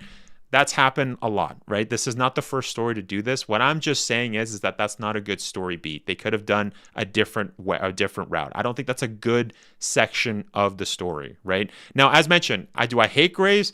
Do I think that she doesn't at the end be successful? No, she ends up being good. She ends up not failing at the end. She ends up getting 2 victories. And also the logistics of the second victory is a bit crazy also. Since we're on the subject, I will say having Leon say, "Well, I didn't hit in the vitals." How do you know if you didn't hit her in the vitals? And also also her being in the cocoon just seemed like a crazy, like, oh, it was just like, it was a happy ending. Great. It's perfect. Like, yeah, they can bring back that girl. And it's like, can you though? And also it's funny how the mutation for the ending wasn't, it didn't actually, like, how in other mutations with characters, like the person gets disfigured. That's not what happened with Emily. Emily got into like a little cocoon and then a monster appeared outside of her, which also doesn't make sense. So what I'm saying is that I don't think those sections were good. Right now, they've other stories have had them where the main character goes and they're lost or whatever. They don't know what to think.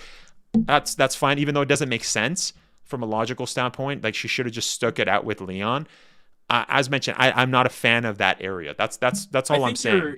And is that forgive me if like I'm being a little too abrasive here, but I think you're kind of looking at it on like a surface level of like, well, obviously they're bad guys, so this doesn't make sense. Why the hell would I go with them? I personally, I disagree with that, and I think the reason is because, again, it's the uncertainty. She's obviously being manipulated by these people now in a moment of absolute grief. So, if like that's and this is a very common thing in human behavior. This happens to people all the time. They will take that grief for granted, and they'll try and manipulate you in a way that services them. Like, okay, well, now that you're absolutely at your lowest point, let me show you what we're really doing. Let me show you how I can help you. Let me give you some of the answers you're definitely looking for. Because they know about Grace. Yeah. They know that Alyssa was the mother. They know that there's something different going on with her. She's seen the files as you go through the game. Like, you see it in the story beats. Like, and they're well aware of what she could potentially hold. So they're using this moment of her frustration, her fear, anxiety, uncertainty, like her nervousness to manipulate her to go with them. Like, and that's like, if you look at a lot of stories that do similar story beats, it's kind of the same thing. Like, they'll definitely manipulate them to try and do it how they want. Like, again, I'll reference The Last of Us. Spoilers if you haven't played that, which you should have. It's already an old game. But the Fireflies, the whole game, you're told that, like, have you played The Last of Us 1? Me? Yes. Yeah. Okay. So then you don't mind if I go for No. We scored a lot already. No, you're good. Okay. So, like, the Fireflies, you're told that they may have a cure, yada yada. But you don't actually know that. So you're going on false hope here. The whole journey, you're going through false hope, just looking for these answers that may potentially not even be real. Like, so when Joel then gives, like, Ellie to them, and then he finds out, no, they're gonna probably kill her because that's the only way they can service it, which, again, is a silly story beat because these people are fucking veterinarians. They don't know what they're doing, for one.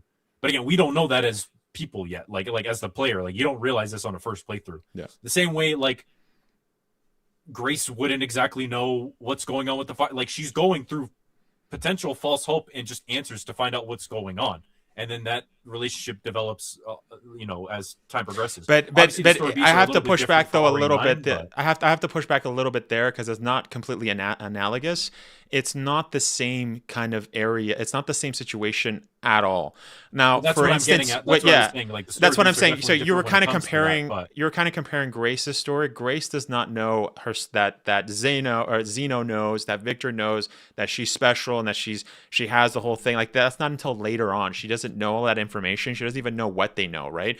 And as opposed to Joel, they know that whole, like you said, the whole story is them trying to find a cure. But anyways, I just wanted to say that's not analogous. But you can continue, yeah. No, I understand that, which is why, like, as I went on, I was like, I understand the story beats aren't similar, but, like, I'm just trying to comparing it to, like, one that I'm familiar with, where the story kind of also takes that turn. It's just like they just they're looking for answers at that point. They've gone through this tumultuous journey to potentially, who knows, save mankind. She's kind of doing the same thing here. Like, well, clearly I'm special because I'm reading about it. I'm being told about it. And now in a moment of time where maybe this is my only chance to get those answers, whether this turns out good for me or not, I'll go with them. Is it the smartest decision? No. But it makes sense in the moment of time that she's in. Well, then we've made we're at common ground then, because that's all I'm saying is that that's not a good decision. And that's my issue with it. No, of course, no one said it was a good decision, but it made sense for her in that moment in time. Yeah. Okay, we're fine. No, I wasn't advocating that it was smart for her to go. No, not at all. All right, well, that's what I was essentially saying is that I didn't like that. That was a nitpick I had. This was not a major problem that I had, by the way, because this is why I said before, these are just nitpicks. But then we're fine. We're at common ground. it was not smart for her to do that. I mean, you could say later on her going with him, with Zeno, was that, but like at that point, I think realistically, if she had all her faculties, even though she didn't, I'm saying just from an outsider's perspective, not somebody that's going through what she went through with losing her best friend. I'm just saying that it wouldn't make sense for you to do that. Also, you know what I mean? Like that's not a smart thing for you to do, not something sure that you should do. Because like I said, if you lost your friend, like you said, you're not confident. I can agree with all of that. She wasn't doing that. But what I'm saying is that I don't want to see that. I think it's been overused in stories a lot. That's all I was saying.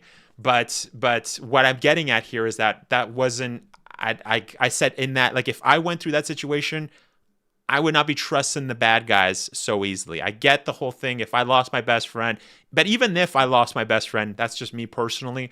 Doesn't matter though, but that's just my nitpick on the situation, right? So who just moaned in my ear big time? Oh my, Leon.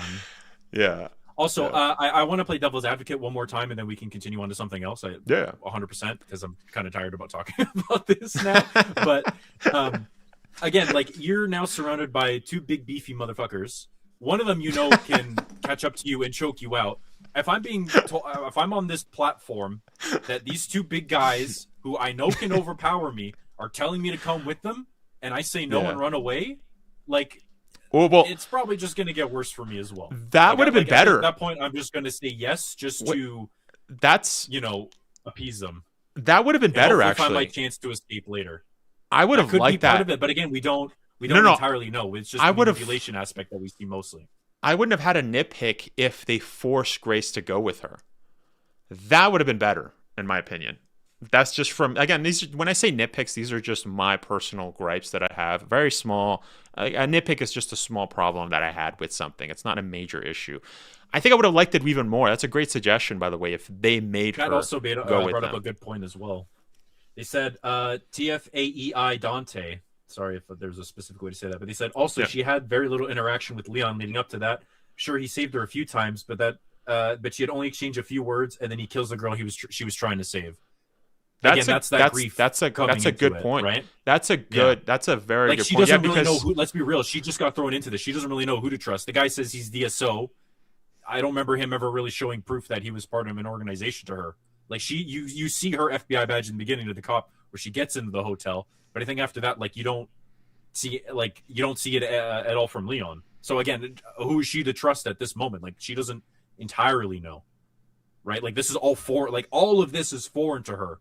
Like your mind is probably spinning a mile a minute because your brain is going in so many different directions trying to piece together what is going on, who are all these people, and now how do I get out of this? Because like I never asked for this to happen, I mean, I have a funny counter, if you saw like a Giga Chad Leon guy, or if it was a dude, but then I saw Giga Chad looking sexy as hell, looking like Kanji from Persona 4 in this beautiful suit and sunglasses. I mean, he kind of looked a little gross, but God.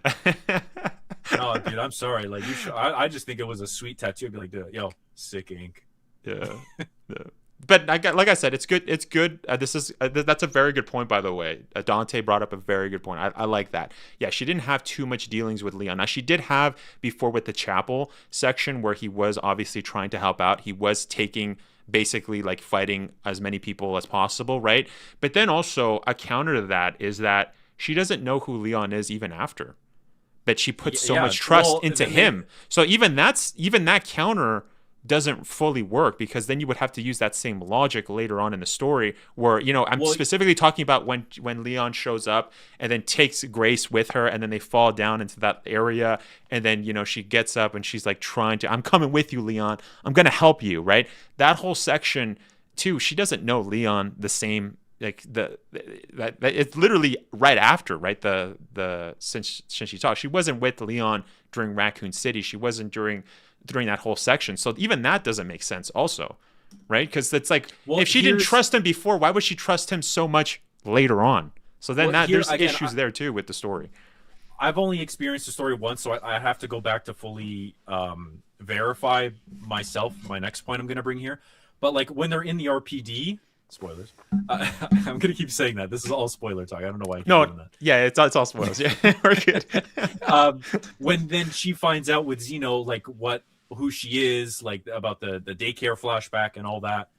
She's realizing, and then he gets kind of like aggressive and like frightening. And then she's like, okay, well, maybe this is gonna take a turn that maybe I wasn't expecting to happen as of yet. Then she realizes Leon's there, tries to help her, and then when they go back to, then that's when he kind of takes her somewhat forcefully at that point. Now she's like, okay, shit, like this guy's clearly not on my team, as I maybe have thought in a moment of grief. Like now she's getting that clarity because she's had that time to cool down. The adrenaline maybe isn't pumping as high. She's noticing these patterns in Xeno now, and she's like seeing this. And then when she goes to the center of it, knowing what Leon had to kind of go through to get there, and then she's then he's like trying to now assist her rather than trying to force her to do something. Maybe that clarity kind of comes up. And then when he's hurt and he's there lying, like she's like rubbing on him, like, oh my God, okay, maybe this guy is kind of on my side, which is then that she's rubbing kind of, I think, starts to be there. It kind of starts to build there. I see. Yeah. Yeah, but it's still a lot of trust if you didn't have trust before. I guess a better counter would be that, yeah, she just processed the whole situation from a logical point. A little more clearly after, at that point. Because there's been time, there's a time gap in between there. But still, like I said, there's still issues with that even there. And again, these are just minor nitpicks, guys. I'm not saying that RE9 is a bad game. That's not what I'm saying at all. But kind of continuing on with the other nitpicks, because we are running out of time, I do want to say Plant 43 section was super disappointing. I was like, when I got to that, I was expecting like a really hardcore freaking boss fight. That's what I was saying. Like, I didn't really care for that area. Like, at all. Even the first playthrough, I was like, this is kind of boring. My chat was saying like, oh, yeah, this section is like Salazar and stuff. It's a lot of I'm like, when does the Salazar is the Salazar in the room with us? The Salazar part comes when you jump down and don't have to move like original RE4. But OGRE4, you still move. You can still move. Like there was like almost nowhere to move. I think maybe better. What I'm saying is, in the original RE4, how like if you don't move as soon as you get in the boss fight, he doesn't hit you.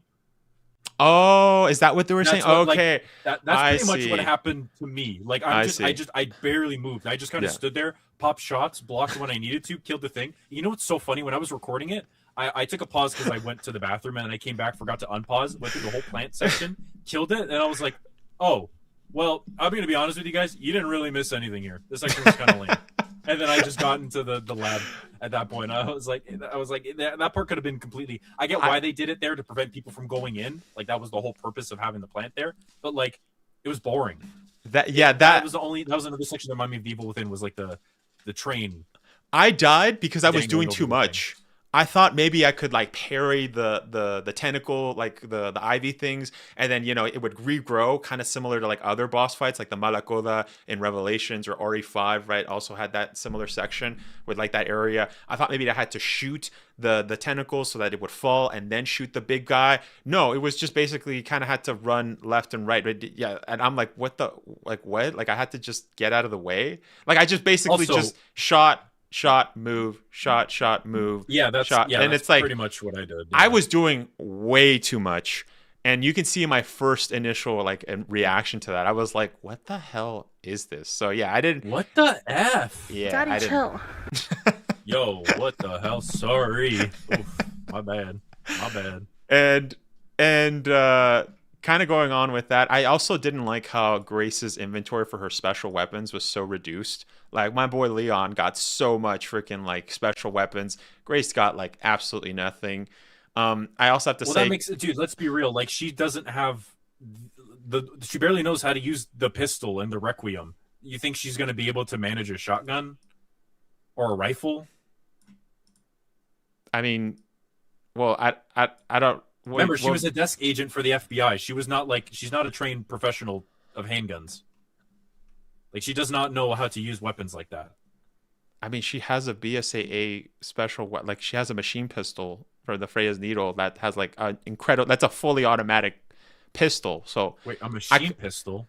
Yeah, the Freya's Needle. Yeah, she has that. Is that the one you pick up in the bar? No. That's the special weapon for Grace. It's the only other special weapon she gets. Where do you get that? I may have missed that. It's in the special. It's in the special store. But you know how you buy like an RPG for Leon or like? Oh yeah, but that's like, come on, that's not really. that's just like a new game plus thing. Like if that doesn't if you don't give me that in the main story, I don't think that counts. No. What I'm saying is that her special bonus weapons were lame. They should have given her a little bit more stuff. That's what I'm saying. Sorry, my bad. Yeah, that's what I'm saying. I'm like, Gotcha. no, she should get more special bonus weapons. Like that was kind of like, and also to your point too, like even RE2 remake, like yeah, they gave a bunch of weapons to Claire, a bunch of weapons to Leon, right? There wasn't too much special weapons, but you could get like the LE5 from like Hunk or whatever, right? Yeah. You can get like the freaking bazooka, and it's like, oh, would a rookie really know how to do that? Would like a Claire with the minigun, you know, would Claire really know how to do that? But these are just like, well, that's also part of the story. So it's a bit different, but I'm talking more like using it in like for New Game Plus. We should, like, if the logic goes out the window for New Game Plus weapons, we should just have fun with them, right? And give more New Game Plus weapons to Grace. Yeah. That's all I'm saying. No, that I can understand. I thought you were talking about it in terms of like the weapon she gets during the main line story. I was like, well, she barely knows. No. Why would she get anything? Yeah, on the second playthrough, like knowing after the fact, I can understand where you're coming from. Yeah. Because at second playthrough, it's not canonical. It's you just having fun, right? So the other thing too is that there's two sections too. This is a minor nitpick. It's all nitpicks, but there's section 2 where Grace has like she gets covered in blood. Now the first section is like the basement. The second section is like when she's going to like the lab, right? Where he's like, I've done it, Zeno, and he does the self-destruct thing. She gets covered in blood. Yeah, you're special, Grace. You're special.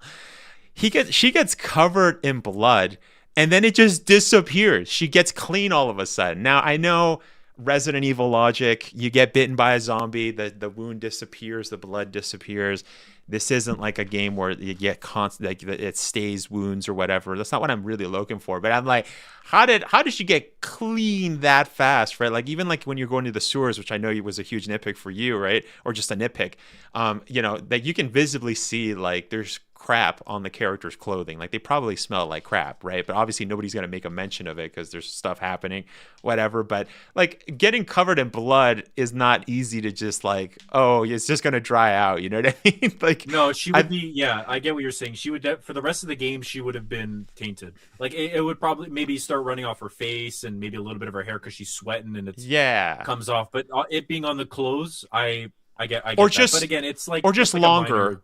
Yeah. This is just the minor net. Or just longer, right? From that, because it's funny because you leave the lab, you get in the helicopter, and she's like clean, like that. It's kind of jarring. So that's all, right? It's just a small thing. Good nitpick too. I was going to bring this up, but Mike mentioned it in stream. I hate that after beating the game, all your weapons and items don't carry over. That should be an option for replayability in New Game Plus. Yeah, I didn't like that on my second playthrough. I had to go through and get everything again. Like I wanted to be able to like get it from my box and just use them. Like you have to be able to purchase them and find them again. At least in Leon's.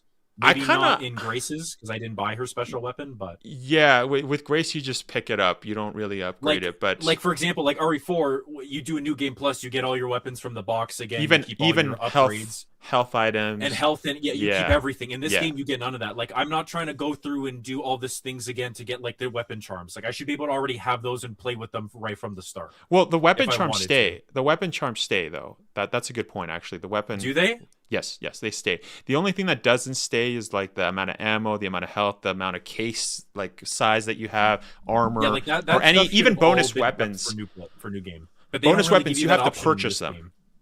That's what I mean. Like, there's no true New Game Plus in this game. It's just you just get your special items to be able to use later on. Like, it's not really a traditional New Game Plus in the sense that you get to keep everything from your previous playthrough. That's the one thing I didn't like. I'm like, don't call it a New Game Plus then, because it's not.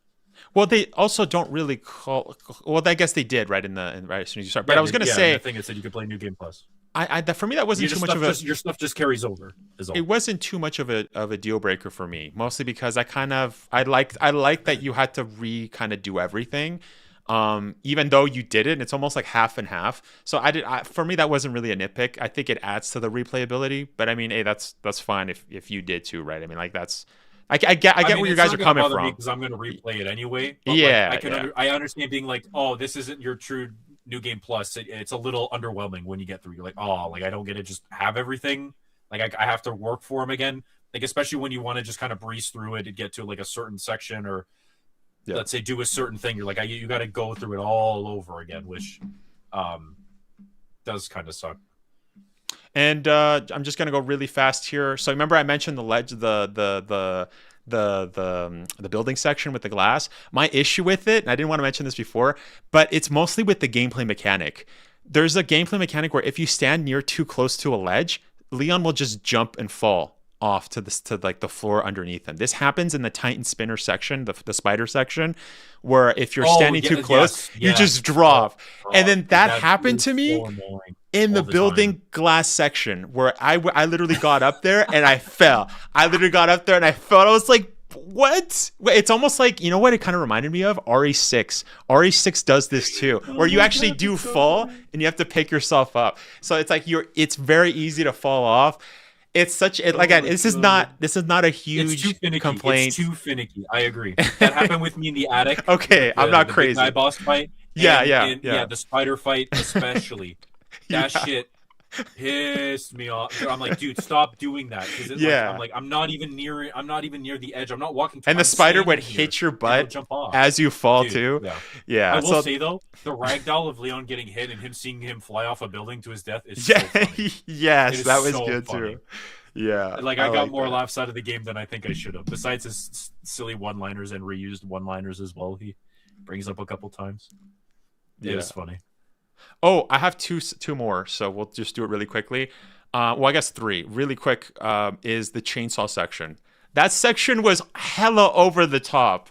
I'm sorry, that was like the worst section. That chainsaw, didn't they? Of RE6. Like they gave the guy way more health. This was like I said, remember before I was saying how I really like how they brought the best of like several series stuff. That was like the worst part of like RE6, where it's like they're hyping it up. They're literally aura farming. Everything's burning on fire, but then the fire just calms down and you can leave. Doesn't ignite the gas tank. Also, that gas would not work after 30 years. Gas goes bad after like 2 or 3 years. Yes, thank you. Yes, so like that. But again, I understand section. It's a gameplay thing. Like they're not going for all that realism, because then it'd be like, I'm just playing a but mostly the fire. The fire was crazy. How it just like it all I thought it was started a cool set piece. But like I get it. I 100% hear what you're saying. Yeah. And then the other thing too, we got to talk about Xeno, right? I think and then by the way, this is something that I theorized. I knew Wesker should be brought back to Resident Evil 9. Now, technically, of course, this is not Wesker as we know him. This is not Albert Wesker. This is obviously looks to be implied that this is a clone. The problem is, regardless if it's a clone or not, they do kind of say that he is a clone. They do call him a copy. Yeah, but it's not like what I'm saying is it's not explicitly flat out stated or explained. Yeah. They kind of just say like, "Oh, you're an imitation" or whatever, and it's like, okay. You know what's funny? When I was playing the game, I completely forgot that Wesker dies in 5. So I was like, "Oh my god, it's Wesker!" Then I'm looking back, I'm like, "Holy shit, dude, you were so cringe for not realizing that sooner." Wait, you haven't beaten 5 though, actually, right? No, I haven't. But I know he dies at the end. We gotta of 5 play that. Volcanoes. We gotta play that. Yeah, we got 5 is goated. Yeah. One day. You got to play that like right away, bro. That needs to be done. You need that in your back pocket. No, listen, I can't believe you haven't played that. The Dollhouse, because you can do German suplexes to zombies. Like I can't wait for that. Okay, but anyways, yeah, like so. But what I was gonna say though about Xeno is that we didn't have, because this is the first time technically where Leon is kind of fighting Wesker, right? Wesker's always been a exclusively Chris villain, so this was the first time, and I think they underperformed. Right, poor performance. Well, I think they even he says, "I don't know who you are either." Like at some point, like he does it both with Hunk and with Xeno. He's like he's not familiar with who he is. Yeah, he says that while he's looking. You would think that he would though, because of like him and Chris are familiar with each other, so you think he would have brought him up at least once in conversation. Yeah, it's like, oh, that was one of my superiors at Raccoon City. That was also kind of a nitpick. That's a good point. But like I said, the only section where you kind of see him kind of aura farm Xeno is the non-canon ending. But it's only for like a split second. Honestly, R.P.D. should have had a section where it was like they had that whole, and by the way, this was an RE5 reference where Xeno's like, I have no time to spare, because that's the whole thing where 7 minutes is all I can spare to play with you, right? So that should have been the moment where Leon and Xeno play with you. fought. Honestly, that should have been a moment right there, or Grace gets taken by that not Mr. X, but the Tyrant. I will say I was kind of disappointed that they didn't get one section with a fight with Xeno. Yeah, I was really looking forward to it. Yeah, and then they cucked me the whole game just for his head to get chopped off. I was like, oh. Also, kind of a nitpick. Like they could have done a lot with the clone. Like seriously, come on. Could've. So they that really fooled you to be like, this is Wesker, but they kind of pussyfooted it around it, I will say. Like, they didn't fully explore as much with him as I thought they were gonna. I thought he was still kind of strong in the way that he carried himself, but I wish they definitely did more with him. He was kind of zesty too. He had like an earring and stuff. Like my man, like you said, my man was like dripped out. This is like the zesty. Yeah, zesty Wesker, man. Like I didn't see his nails, but I was like, everyone in this game is so sexy. Yeah. He was, they killed him with the Listen, fashion. I don't swing both ways, but golly, I might now, baby. That's all I'm gonna say. Hey yo. RE4 kind of started that, and now RE9 is just pushing that agenda. And I guess the last big thing, nitpick, before we move to like the final score, I have to say is I kind of mentioned this before, but I didn't like how now. As I've been playing more and more Resident Evil games, I've obviously gotten better at playing them, right? I've always played on the hardest difficulty since I was little, and I've gotten better playing it, right? I've been playing them for years. I kind of get it. I've mentioned this too when I got the Platinum. I've literally got the Platinum in less than 3 weeks since 2015, since the HD remaster.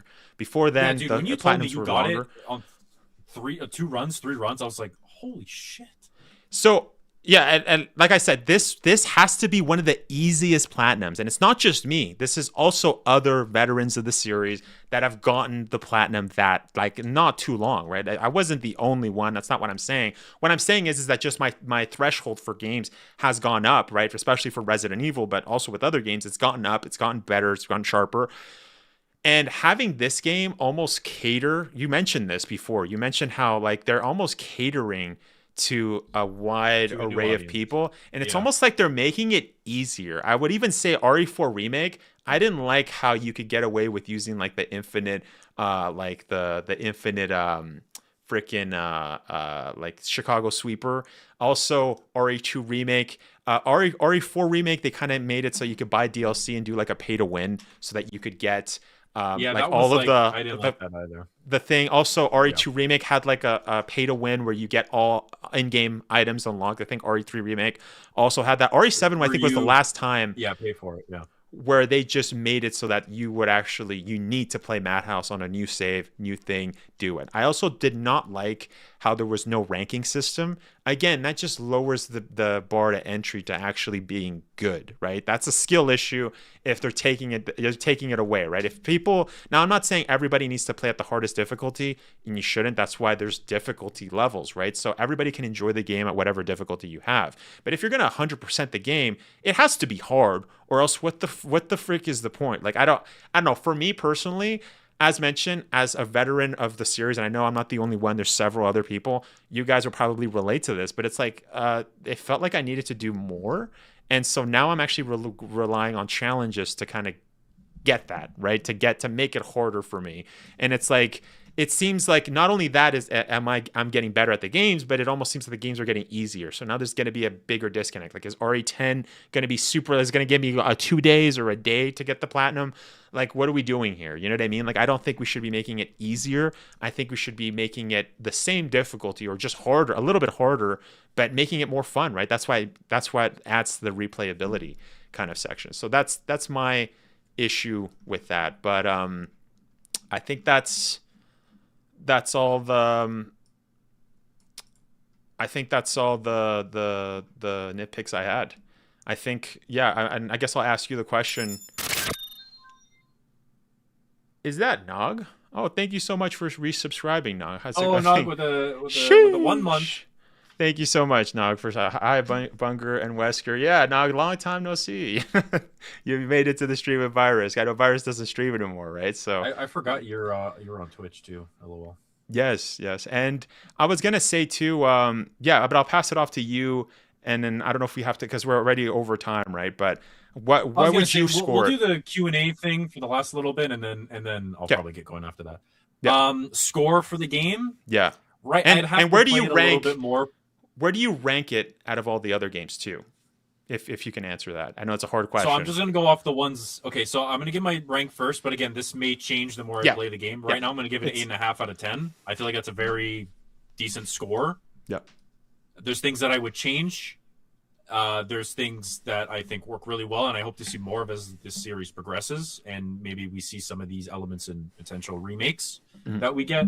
In terms of the games that I've played 1, 2 remake, 3 remake, 4 remake, Code Veronica, Outbreak, and now RE9. I would probably put, as at least of right, this could just be recency bias. I think I'm going to put RE9 number 1. Wow. Followed by RE4 OG. Maybe I'll say RE4 OG and RE4 remake are tied for second, but I could easily switch those out for first right now. For 9, but I think just recency bias, I'll go with 9. Yeah. Third, I'll probably do RE1 remake. I'd have to replay that again. It's been a while since I played that. Then I would probably do 2 remake, Code Veronica, 3 remake, and then Outbreak. I see. No, I just meant like out of the list for RE9, not your whole entire like ranking list. But thank you for should that. say that next time instead of make me look like a doofus. Yeah. But I guess that's interesting. That's interesting that you said that, right? That you said that it's almost like right now you have recency bias, and I get that. That's the other thing too. This is subjective, guys. This is just our personal opinion. It could change or whatnot. I mean, usually with my reviews, they don't really change. So, but for me, I think I would have to give it I would give it a 9. I think that's what I gave RE4 Remake. I think RE4 Remake goes above this game. But that being said, I think it's been such a long time since we've had a mainline title Resident Evil game be this good. This good. Yeah, I think this good. I agree. 5, 6, 7, 8. I think 9.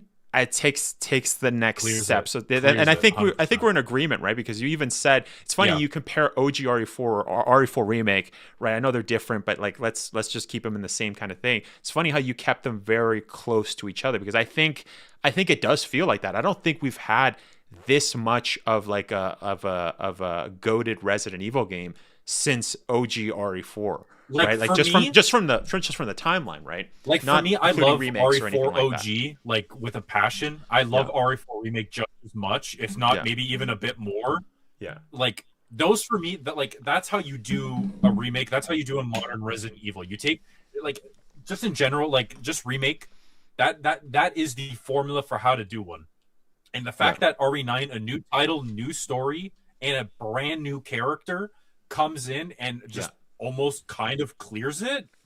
Yeah. Like, I wasn't expecting to like this game as much as I did. Like, I was going into it knowing I was probably going to like it close to how much I like 7 and 8. But, like, that game for me, I also forgot to rank those, but who cares? That for me is mind-blowing. Like, I can't get over how good this game is.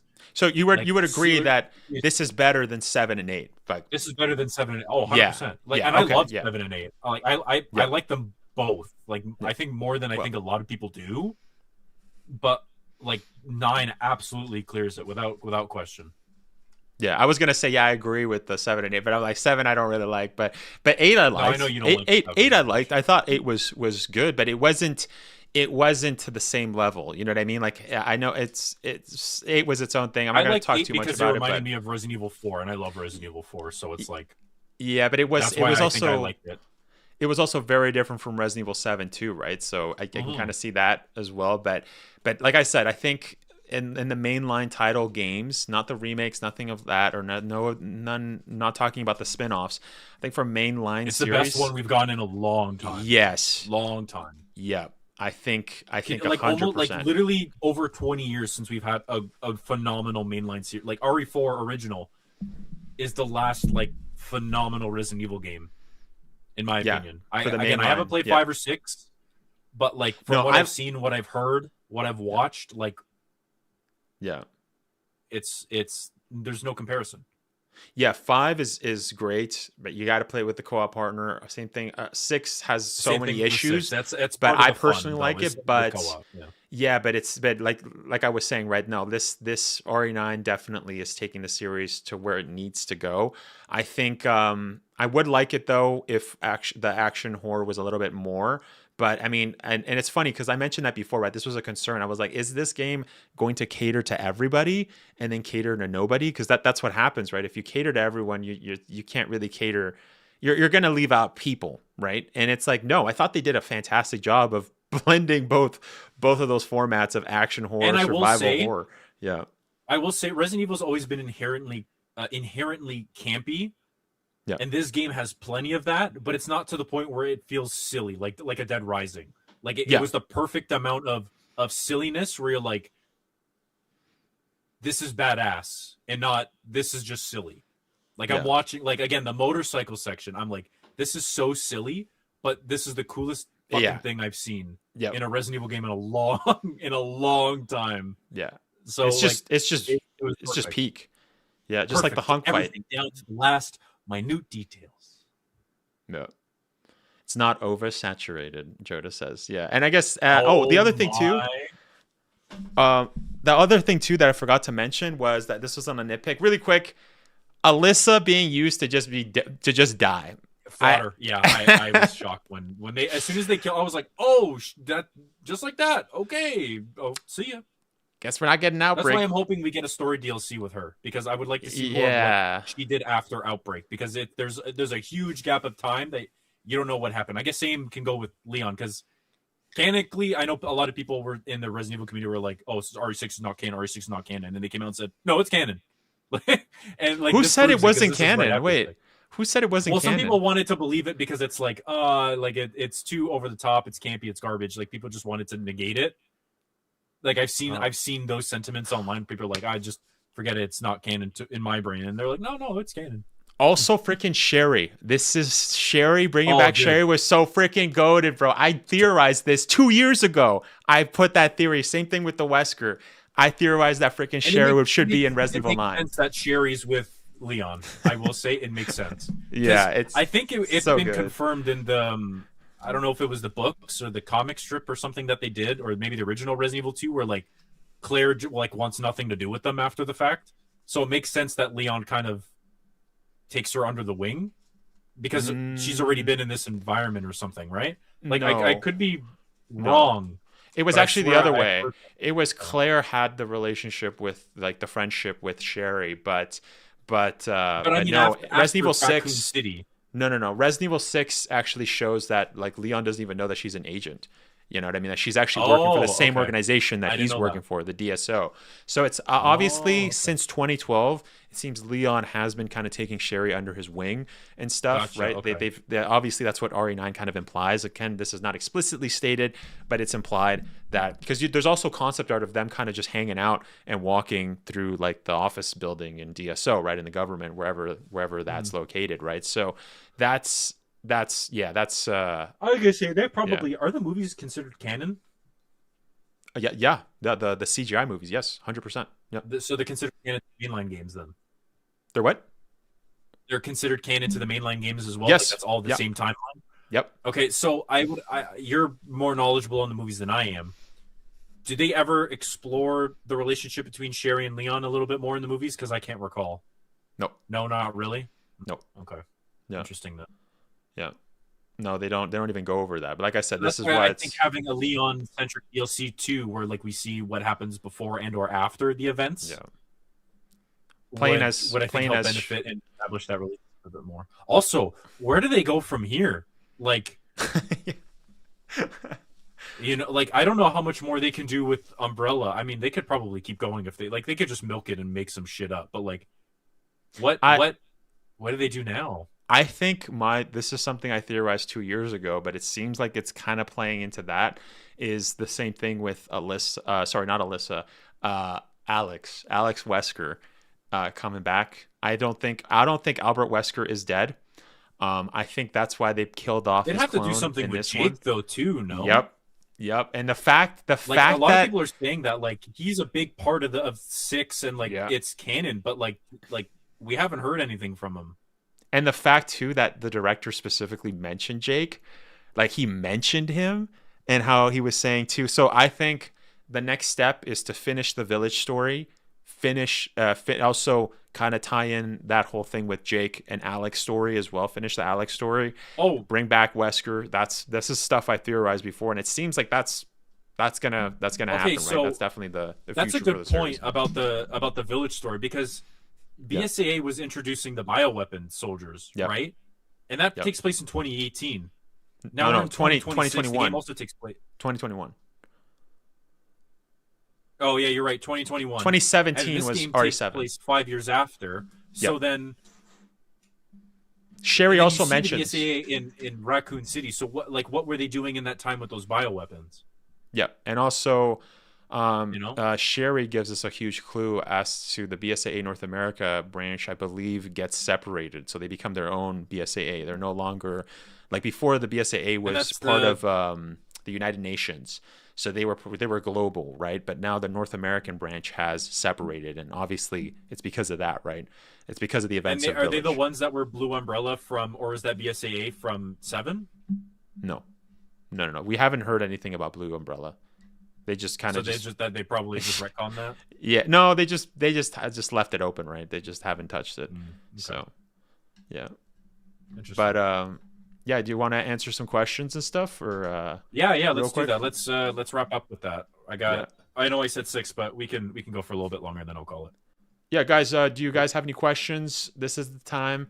I'm gonna go down and scroll to see if you guys have questions. Go to your chat, Control F, and just type in question. You should be able to find them like that, because it'll highlight the word, right? Oh, does it? Yeah. Control F. If you hit Control F, it should pop up. You should also see it in chat, so that it'll say like one of however many. Then there should be arrow keys that you can click on that goes to the next one. I don't know if it works with either YouTube or chat or whatnot, but it should. I see. Yeah, most people are on YouTube, so. Okay. Yeah. I'm not really seeing that. Okay. 1 second. So we do get a question. Virus, is your name a reference to a dream catcher? To a dream catcher? Yeah, what is the origin of your name, actually? I'm curious. So my real life name is Cyrus with a C. Badass my partner name. One time accidentally typed virus when texting me, and we just kind of went with that. I've also been called like Cyrus the Virus growing up, so I figured Virus the Virus. That's my branding. I think, and also, it makes sense too, right? With the Virus and talking, you were playing a lot of Resident Evil clones. If you guys don't know, Virus does play a lot of really crappy Resident Evil clones. Sometimes they're goated, but there's some good ones. Yeah, I like how you did the trumpet. Resident Evil 2, Resident Evil, sometimes some boom shooters, but they're fake games. Build on that. I just played. I don't know if anybody's familiar with this. Maybe depending your age gap, I just played Piglet's Big Game. If you want to see that video came out on Friday. That's a little entertaining video. Feel free to go watch that as well. The Silent Hill 2 ripoff, which is crazy. It's funny because the creative director for that game, because the movie came out the same year, Piglet's big movie, they weren't given nothing about the story beats. They were just told, "Oh, Piglet overcomes his fears. Make a game about it." And they said, "Okay, what if we made Resident Evil for kids?" And that's how the game came to be. Virus is the name of the alien virus in Stephen King's Dreamcatcher. Oh, really? Oh. Yo, that's even more lore to the channel then. Unintentional. You know what? You know how I came to love my name too? Because I used to play Pokemon Diamond and Pearl when I was a kid. And the main villain's name is Cyrus. And I was like, dude, I'm the toughest motherfucker ever. That's right. Yo, Cyrus is like a pirate name, man. Like that's a goated name. I'm gonna say I'm pretty sure that's not like that's. I've seen a bunch of pirates with that name. It's pretty goated. Not gonna lie, I like it. But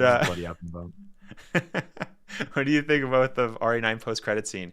Are the connection soldiers retrieving Xenos? Yes, that's a good point, Martin. That's a very good point. What are your thoughts on that? We don't know what they're getting, right? Yeah, it's left ambiguous. Yeah. What are your thoughts on that, Virus? I'm curious. I don't know, dude. I don't know that much. Like I'm a Resident Evil guy, but I don't deep dive like you do. So I feel like I'm not the correct person to theorize this. So I'll kind of leave it up to you. I think I might leave it for a video because we don't have too much time. I don't want to. I Well, want I to guess your answer more question's not questions. getting answered. Yeah, I think it's going to get answered, but not right now, Martin. Not right now. Brother. I think I have a lot of thoughts on that, and I don't have too much time. So we're doing question right now. Jodas says, Blue Umbrella, yay or nay? Haven't heard about them in a while. Yeah, we were just talking about that, right? We were just talking about Blue Umbrella. I think nay. I don't think they've done too much about it. So I will say though, yeah. About post-credit scene, I feel like maybe the next game or maybe we'll get something with Chris and Leon next.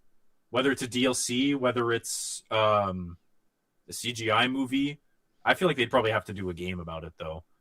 I feel like we might get a team up with that because we're seeing Wolf Squad again. Wolf Squad is introduced, and we still don't know anything about them. 2 games.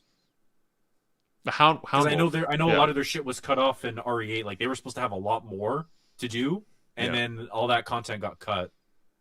Yeah, so we just know that they're his Chris's like team, right? Like team of mercenaries. That's like all we know about them. Yeah, they're his personal like team. Yeah, his personal team. So they're trained by him. I mean, again, it's implied. I'd like to see maybe some more of them. I feel that'd be cool. Mercenaries with them would be kind of cool too because they all have different weaponry. That'd be kind of sweet.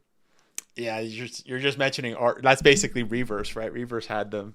Oh, dude, those guys. The less I forget about that, the better. I remember that. I mean, by the way, we should play Umbrella Corp too. We should play. I remember we were talking. That would actually be really fucking funny because Hunk shows up. Definitely play Umbrella Corp. Yeah. I can't wait to see. I remember back in the day when that came out, I was like, "This looks like fun," and then I remember seeing gameplay of it. I was like, "Yeah, holy shit, this looks terrible." Oh, but I think that would be a funny video to play because we would just have a laugh at it the whole time. Dante says, "Do you think that we will ever get another Jill-centric game?" I think so. Yeah, I hope so. Yeah, poor girl, her and Claire have just been left in the dude. Jill is such a cool character. And she was only like a minute part of like 5, right? And then you get her in the DLC for a little bit, right? And then like that's it. The one. Like, yeah, we don't really get much of Jill. Yeah, I feel like she's a super cool character. I'd like to see more of her, definitely. Yeah, honestly it's a bit weird that they there was also too like we were talking about the movies. Resident Evil Death Island kind of brought Jill back. But we also know that, we're kind of talking about like grief, or I guess for her, it's post-traumatic stress disorder, right? Like PTSD, because her being experimented for like 3 years, being used as a puppet by like Wesker. It's like, that whole section. So like it took her like I think 6 years to get back into the field. That's what Resident Evil Death Island's about. I will say though, I don't know if Capcom really cares all that much about Jill. Because let's be real, like RE3 wasn't even supposed to be a mainline title. Like, and then when they remade her game, it's one of the worst games that they've put out.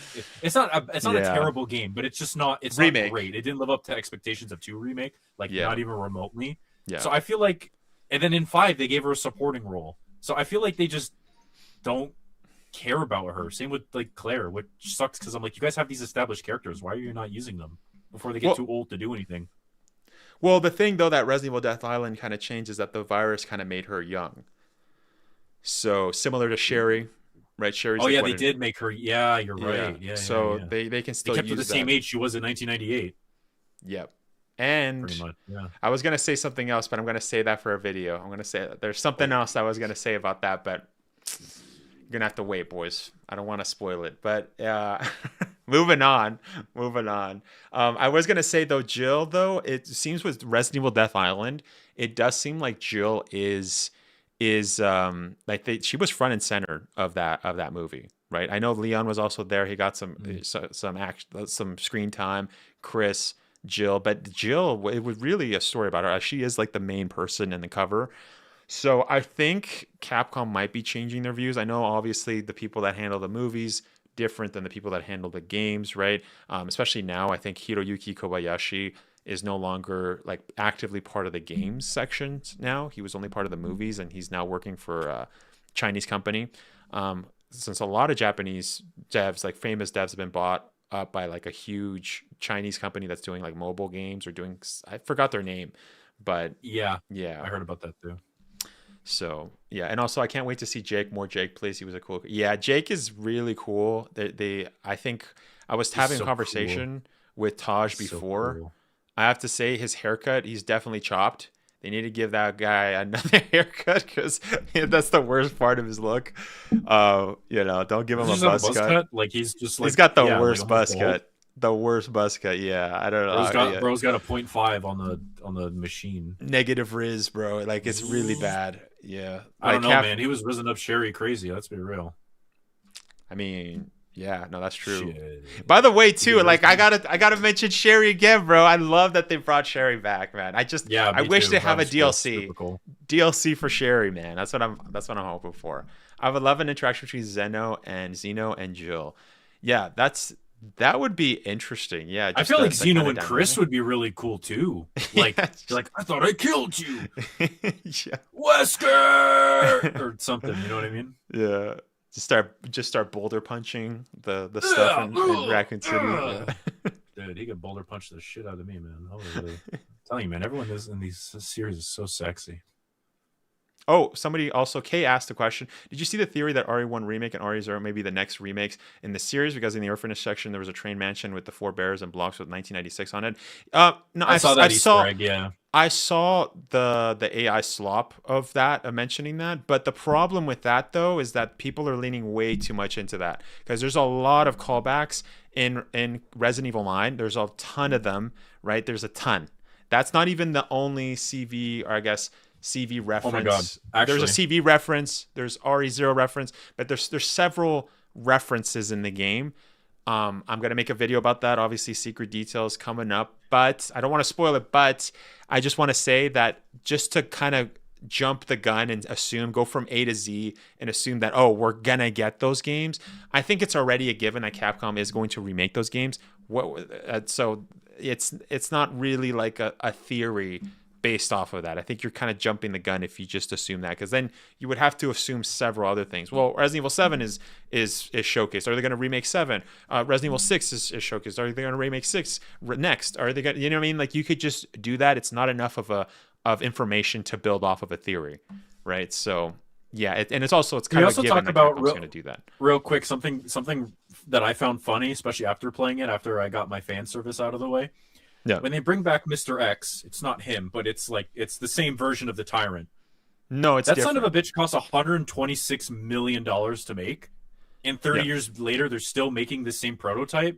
No, it's not. It's not the same. It's not the same prototype. No. It's completely different. No, it's not. Yeah, is it? That's why he was a lot tougher. Yeah, it's like obviously Leon's a lot tougher, but no, he's a lot. Yeah, it's a different It's a different. The animations in that fight too are super cool. Like, he'll come grab you, throw you up, and like hit you, then parry you, or then like do a follow up attack where he'll grab you and throw you into the car. I was like, oh my god, that's saucy.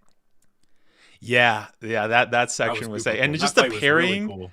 I also saw another. I think this was also another AI slot video, but that one was funny because I think there was like an edit, or I think that one was just an edit. I don't think it was AI slot, but it showed like when you parry the tyrant. The tyrant will literally look at you like, "What the hell?" It's just like, I saw one where it was like, "It's not 1998 anymore," and it's him parrying the car or parrying his attack. And then they just like stare at each other for a good 10 seconds. It's just like some he does music or whatever, like those slowed in reverb sounds. I thought that was kind of funny. Okay, there you go. Yeah, he's a T501, an advanced version of the T103. Yeah. Gotcha. Okay. Then that makes sense then. Also, like, this is something I mentioned before, right? There's a lot of people that have been believing a lot of these AI slot, and it's AI slot because it's like it's not a real human talking. It's just like an AI. You know what I mean? Like text to speech kind of voice. But people are saying that it's Umbrella. Those are the same prices that Umbrella was selling those things in the past. And it's like, no. That's not what's happening. That has nothing to do with Umbrella. Those prices is what Xeno was selling those things for, right? And we don't even know how much of those things he was selling, but that's the prices that he had, basically in the black market, virus, whatever, right? That's what we can ascertain from that. But so all those prices, like I said, a lot of AI slop has been going around saying like, oh, like Leon costs so much of all these people. This is the total amount. It's like, that has nothing to do with Umbrella. It's just an Umbrella old facility, but it's not, Umbrella's not a company that's making and still selling this stuff, right? That's No, not what's happening. they've been Defunct as soon as like they even confirmed after RE4, like Umbrella fell. Yeah, exactly. But before technically before RE4, they said that Umbrella fell. Yeah. So it was just they had a bunch of these bunkers these underground labs that they had facilitated, but because they got disbanded, all of these just kind of stayed there because they were hidden. I guess the only people who would know were people that were within the company, right? Yeah. So Martin says, Wes, why didn't you like RE7? That's a huge question that I've kind of every time we're on live stream, he always mentions it. You guys got to go back to some of them. There's one video one live stream, probably one of the first ones I think we did, where you were like shitting on it for a good like half an hour. I'm like, I'm not turning this into a video. I'm not turning this into a video. He just doesn't like our stuff, guys. I don't like our stuff. Just like the points he doesn't really like quick. because it's too scary for him. I don't like Ethan's no face, freaking bland, freaking acting. I don't like that. I don't like that it's first person.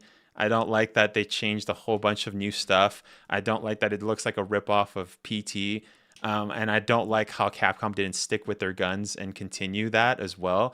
The fact that they just changed all of it. I don't like how he cuts himself and never questions it, or he loses a leg, cuts off his hand or whatever, never mentions it. And it's not until RE8 where they go back and fix the story. Those are just some of the highlights, but there's a lot more. That's just really quick, though. I'm not going to spend 30 minutes or an hour talking. I could, but I'm not. I'm not. He will. He will. But yeah, I think we'll leave it off there, guys. Thank you everybody for stopping by. That was all of them? We went through them that quickly? Yeah, I don't think there's any more. Okay. Yeah, or I guess maybe in the past, but I'm not, unless you can find any. I'm not seeing. Maybe we'll do one more if we can find any. I did say if you have a question, make sure to write a question, but I'm not exactly seeing. I'm scrolling up the chat, and I can see the discussion. We were talking about Grace going with Xeno and Thing, and everyone's just like, I'm with Virus. Strong agree with Virus. Virus is cooking. Wesker with terrible takes. That's funny. That is funny, yeah. Because like I said too, it's just a nitpick. So you guys, you're good. Yeah, I think I saw Joda. Here you go. Yeah. Here was one question. What do you think the story DLC will be about? I don't think we technically talked about that yet. I mean, we've kind of brought our pieces, but we haven't like really talked about it. Eder with the awful takes right now. Hey, it's okay. You know what? TJ is actually a huge like RE7 See, stan. guys, Like this he is loves why RE7. you should subscribe to me on YouTube. I have great takes. I'm the guy. Come for me with all my opinions are always right. I'm never wrong. No, that's the thing with opinions. You don't have to agree with them. But we're good. They're just TJ's just messing with it. Yeah, he's awful takes right now. There's right also now, another one. My understanding is that Grace is not the original, and that Chloe, Marie, and Emily are clones of the same person. Is this correct? I think it was a wild goose red herring on Spencer's part, and then the story DLC. And I think that's all I could really. Okay. That's all I could really find. Also, I'm with you there. The gore and finishes are so good. They're so graphic and intense. Dude, favorite part of the game are the glory kills. Yeah. And the blood was really good to see. Dude, the first time I realized that like the blood splattered all over the room, I was like, ooh, I like this. Oh, like it was good. When you kill Chunk or like like you kill anybody with a hemolytic injector, yeah, that's a good point. So good, dude. I could fucking lick the atmosphere in that game. I don't care how disgusting it is. Okay, story DLC. What do we think? Sherry. What do you think it'll be about? Sherry or what do you want Alyssa. it to be about? Sherry or Alyssa, I think. You think we'll get one or two? One or two? That's a good question. I actually, it seems like the common thing is that we just get one, but yeah. I mean, we haven't really had two in RE7. I feel like RE7 I agree with you, had like especially the because most. they said they're going to do that other thing as well. What? That other side game, not side game, but like not story DLC, but they're apparently doing like another mini game thing, whether it's mercenaries or not. I did feel they like say if that? they're doing that, then I'm not sure, but I saw people in chat saying that before. I guess that, yeah. That's a good point. Like, do mercenaries and stuff doesn't really count as a DLC, like a story DLC? No, it's like an add-on. Yeah, so so I do think we're gonna get mercenaries resources into that, which will probably be free. They probably won't do another story DLC. I feel like they'll just stick to the one at that point. Yeah, that's a good point.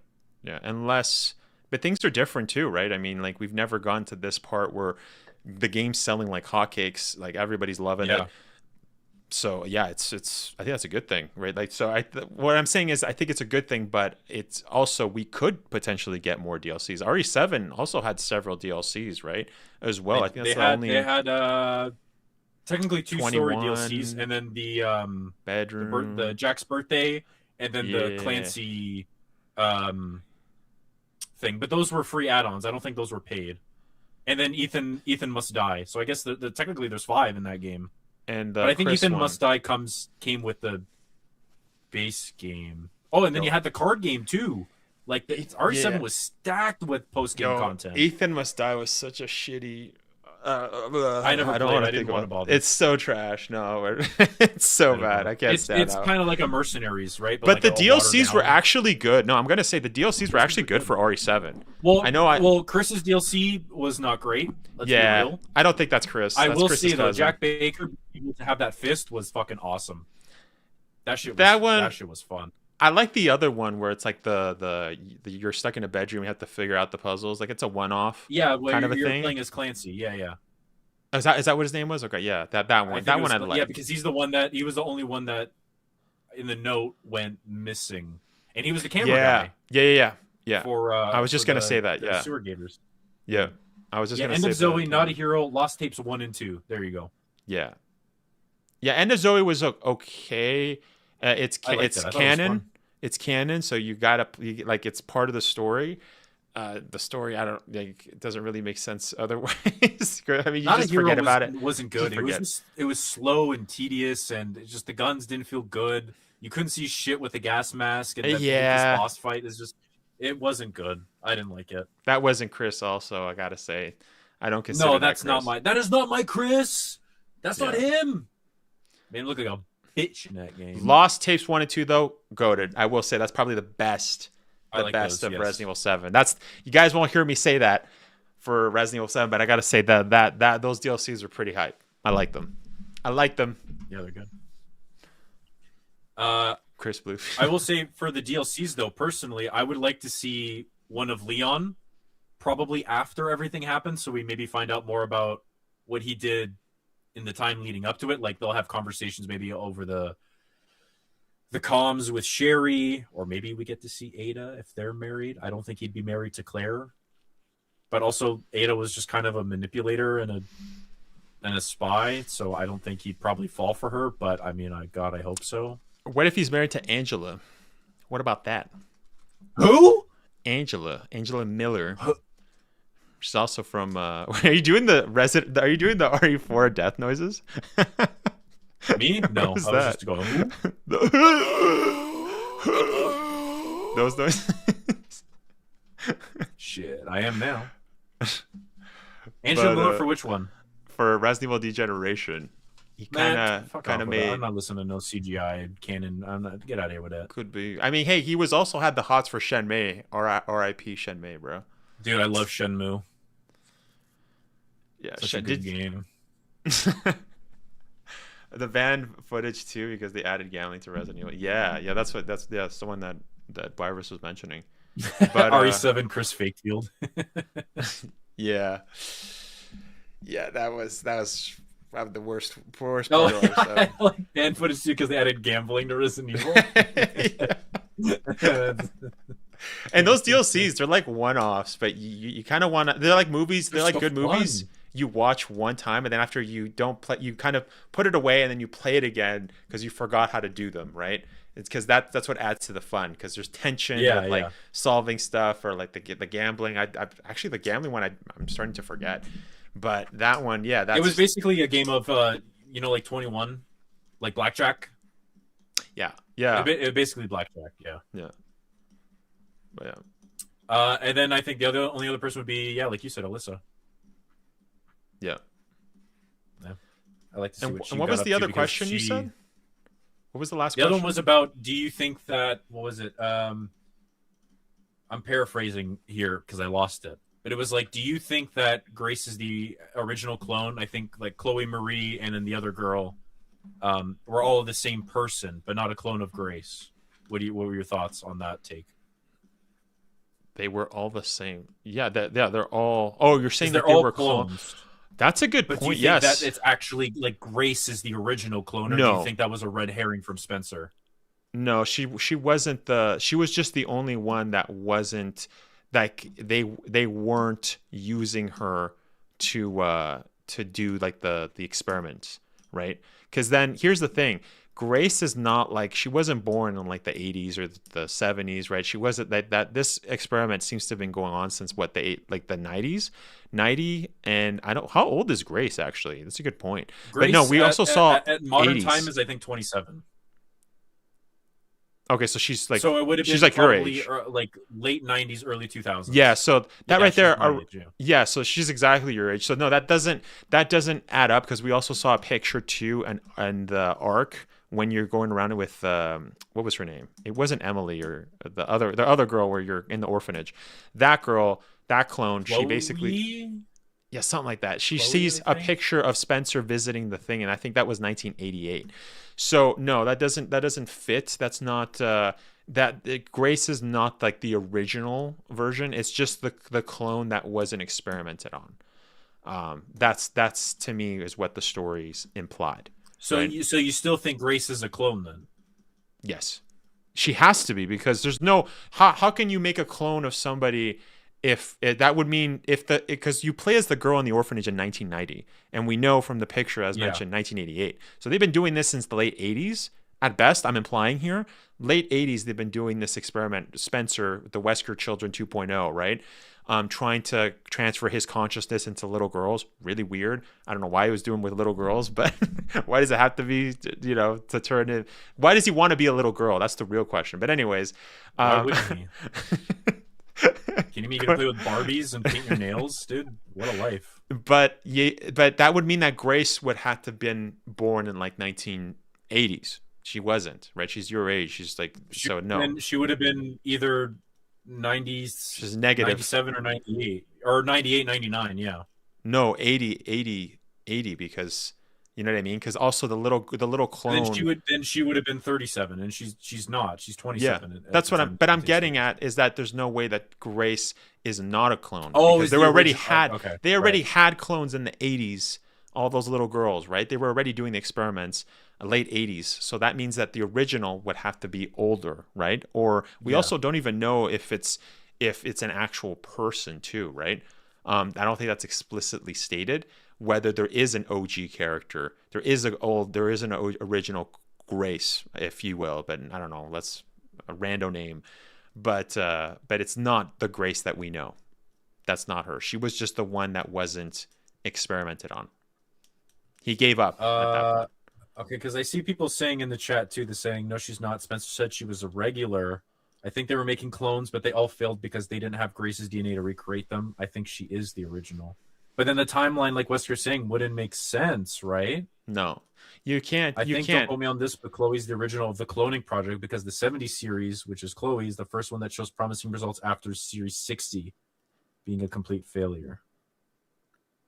I feel like we'd have to do more digging as of right now because I feel like we still don't. Yeah, but I think it's safe to say that Grace is not the original. You can't make somebody, you know what I mean? Like, unless it's like that, like, unless we're going really scientific with like, and this is also going kind of into like science fiction where it's like you can keep the embryo and then they just put the embryo later on and then, you know what I mean? Like they kept it frozen and then unfroze, like, you know what I mean? Like Walt Disney.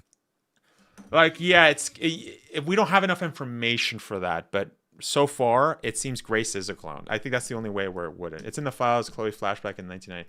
Don't go into this, but Chloe's the original of the cloning project. I see. Well, if she is, then that would be interesting. Because we also don't know what happens Grace to was Chloe. a red herring, not a clone, but similar. I thought the red herring was Elpis. No? Yeah.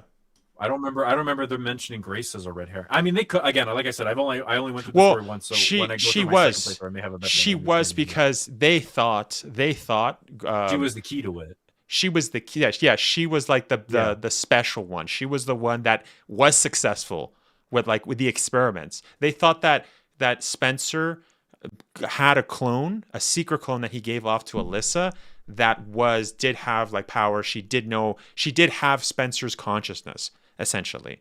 But then that was the red herring, because later on it's like, no, Spencer gave up on that dream. He gave up on him going through like pushing forwards human evolution. He didn't want that. So and then he went towards a cure in case things kind of went awry. So basically what we're implied to think is that Grace is just a clone that was just left to her own devices. She was not changed to be experimented on. He said, enough, I'm done. He basically got his conscience and basically said, I'm not going to experiment on little kids for the betterment of humanity so that I can live forever. Let's just give up on that dream.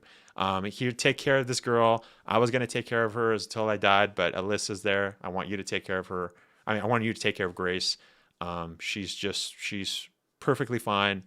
Take her, right? And so when Victor... So then Grace had to have been the last one that is completely pure then.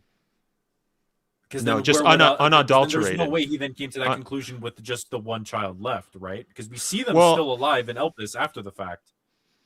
That's not in the facility where Elpis is held. Like you see them in the incubation chambers still. So how does that line up then? You know what I mean?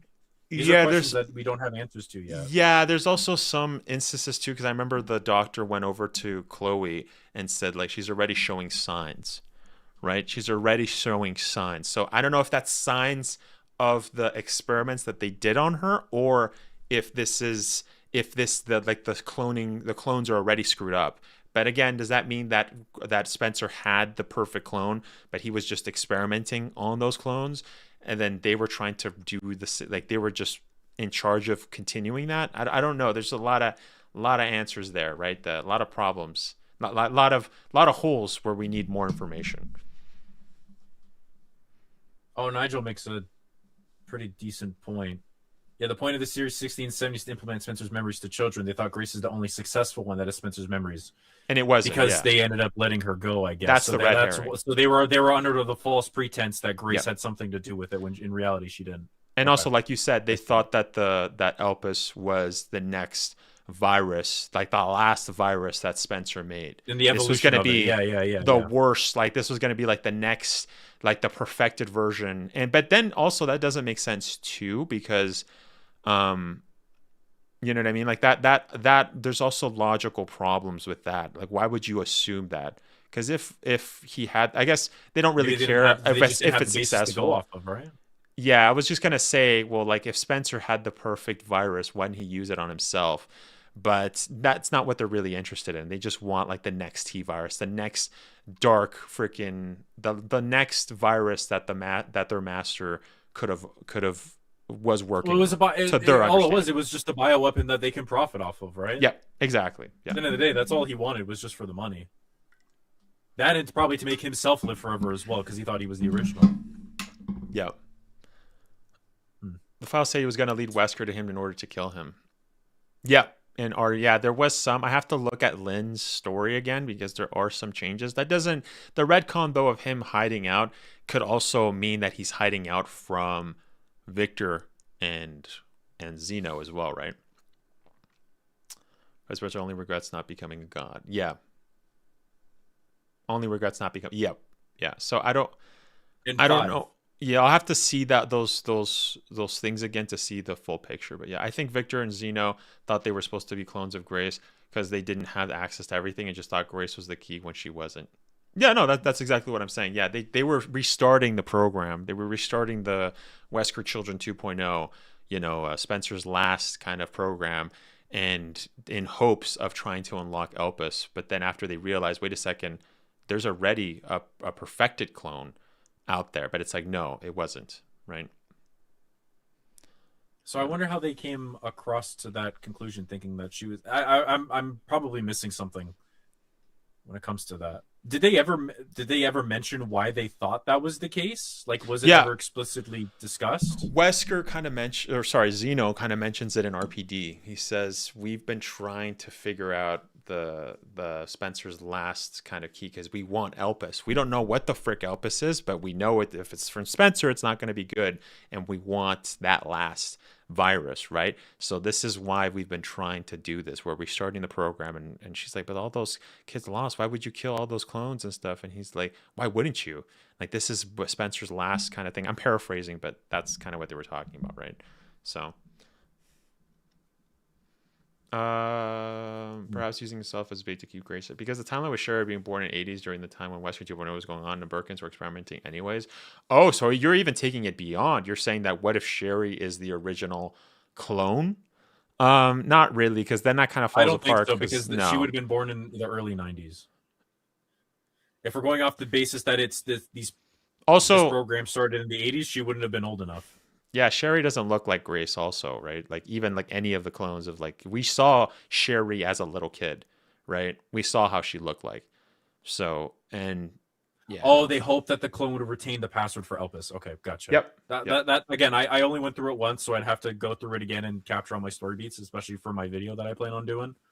So I just wanted to ask while we're here so I can refer back to this later. By the Thank way, you, chat. If you guys want, I am going to be kind of breaking down all of that, like more in depth. So, but yeah, I'm going to be going over that in my next, well, I guess the video after the video that I'm working on. But yeah, but anyways, I think we'll leave it there, right? Thank you so much. Yeah, I'm already over time, so. Yep. Yeah, a lot actually. I always have fun chatting with you, Wesker, and you too, chat. Thank you for being here and for giving us your 2 cents as well. It helps, especially for small brain guy like myself and big brain Wesker, because he hates RE7. So wouldn't it be the opposite if I hated RE7 and you think RE7's goated? Wouldn't I be the small brain in that analogy, in that example? No. No. I plead the fifth. You're not even American. What do you mean you plead the fifth? What are you talking about? I plead the sixth. I plead the seventh. Sorry, I had to at least once. All right. Go check out Virus. Go check out his videos. Anyways, boys, take care, boys. Take care. See you guys. Thank you, everybody. We'll probably do another one. I don't know. Whenever you have more to yap about, I guess. Yeah. No, we gotta look forward to the videos coming out of this live stream too. I'm sure there'll be plenty. 3 hours. 3 hours is a lot. 3 hours worth of footage to go through, so you guys get at least 3 videos. I don't know how many he gets out of these, but I'm gonna say 3. We'll see. 7. Yeah. 7 videos. 7 videos. What I get out of this. RE5 stream one day. We'll get there. We'll get there one day. Yeah. Virus is busy. But anyways, see you, boys. See you.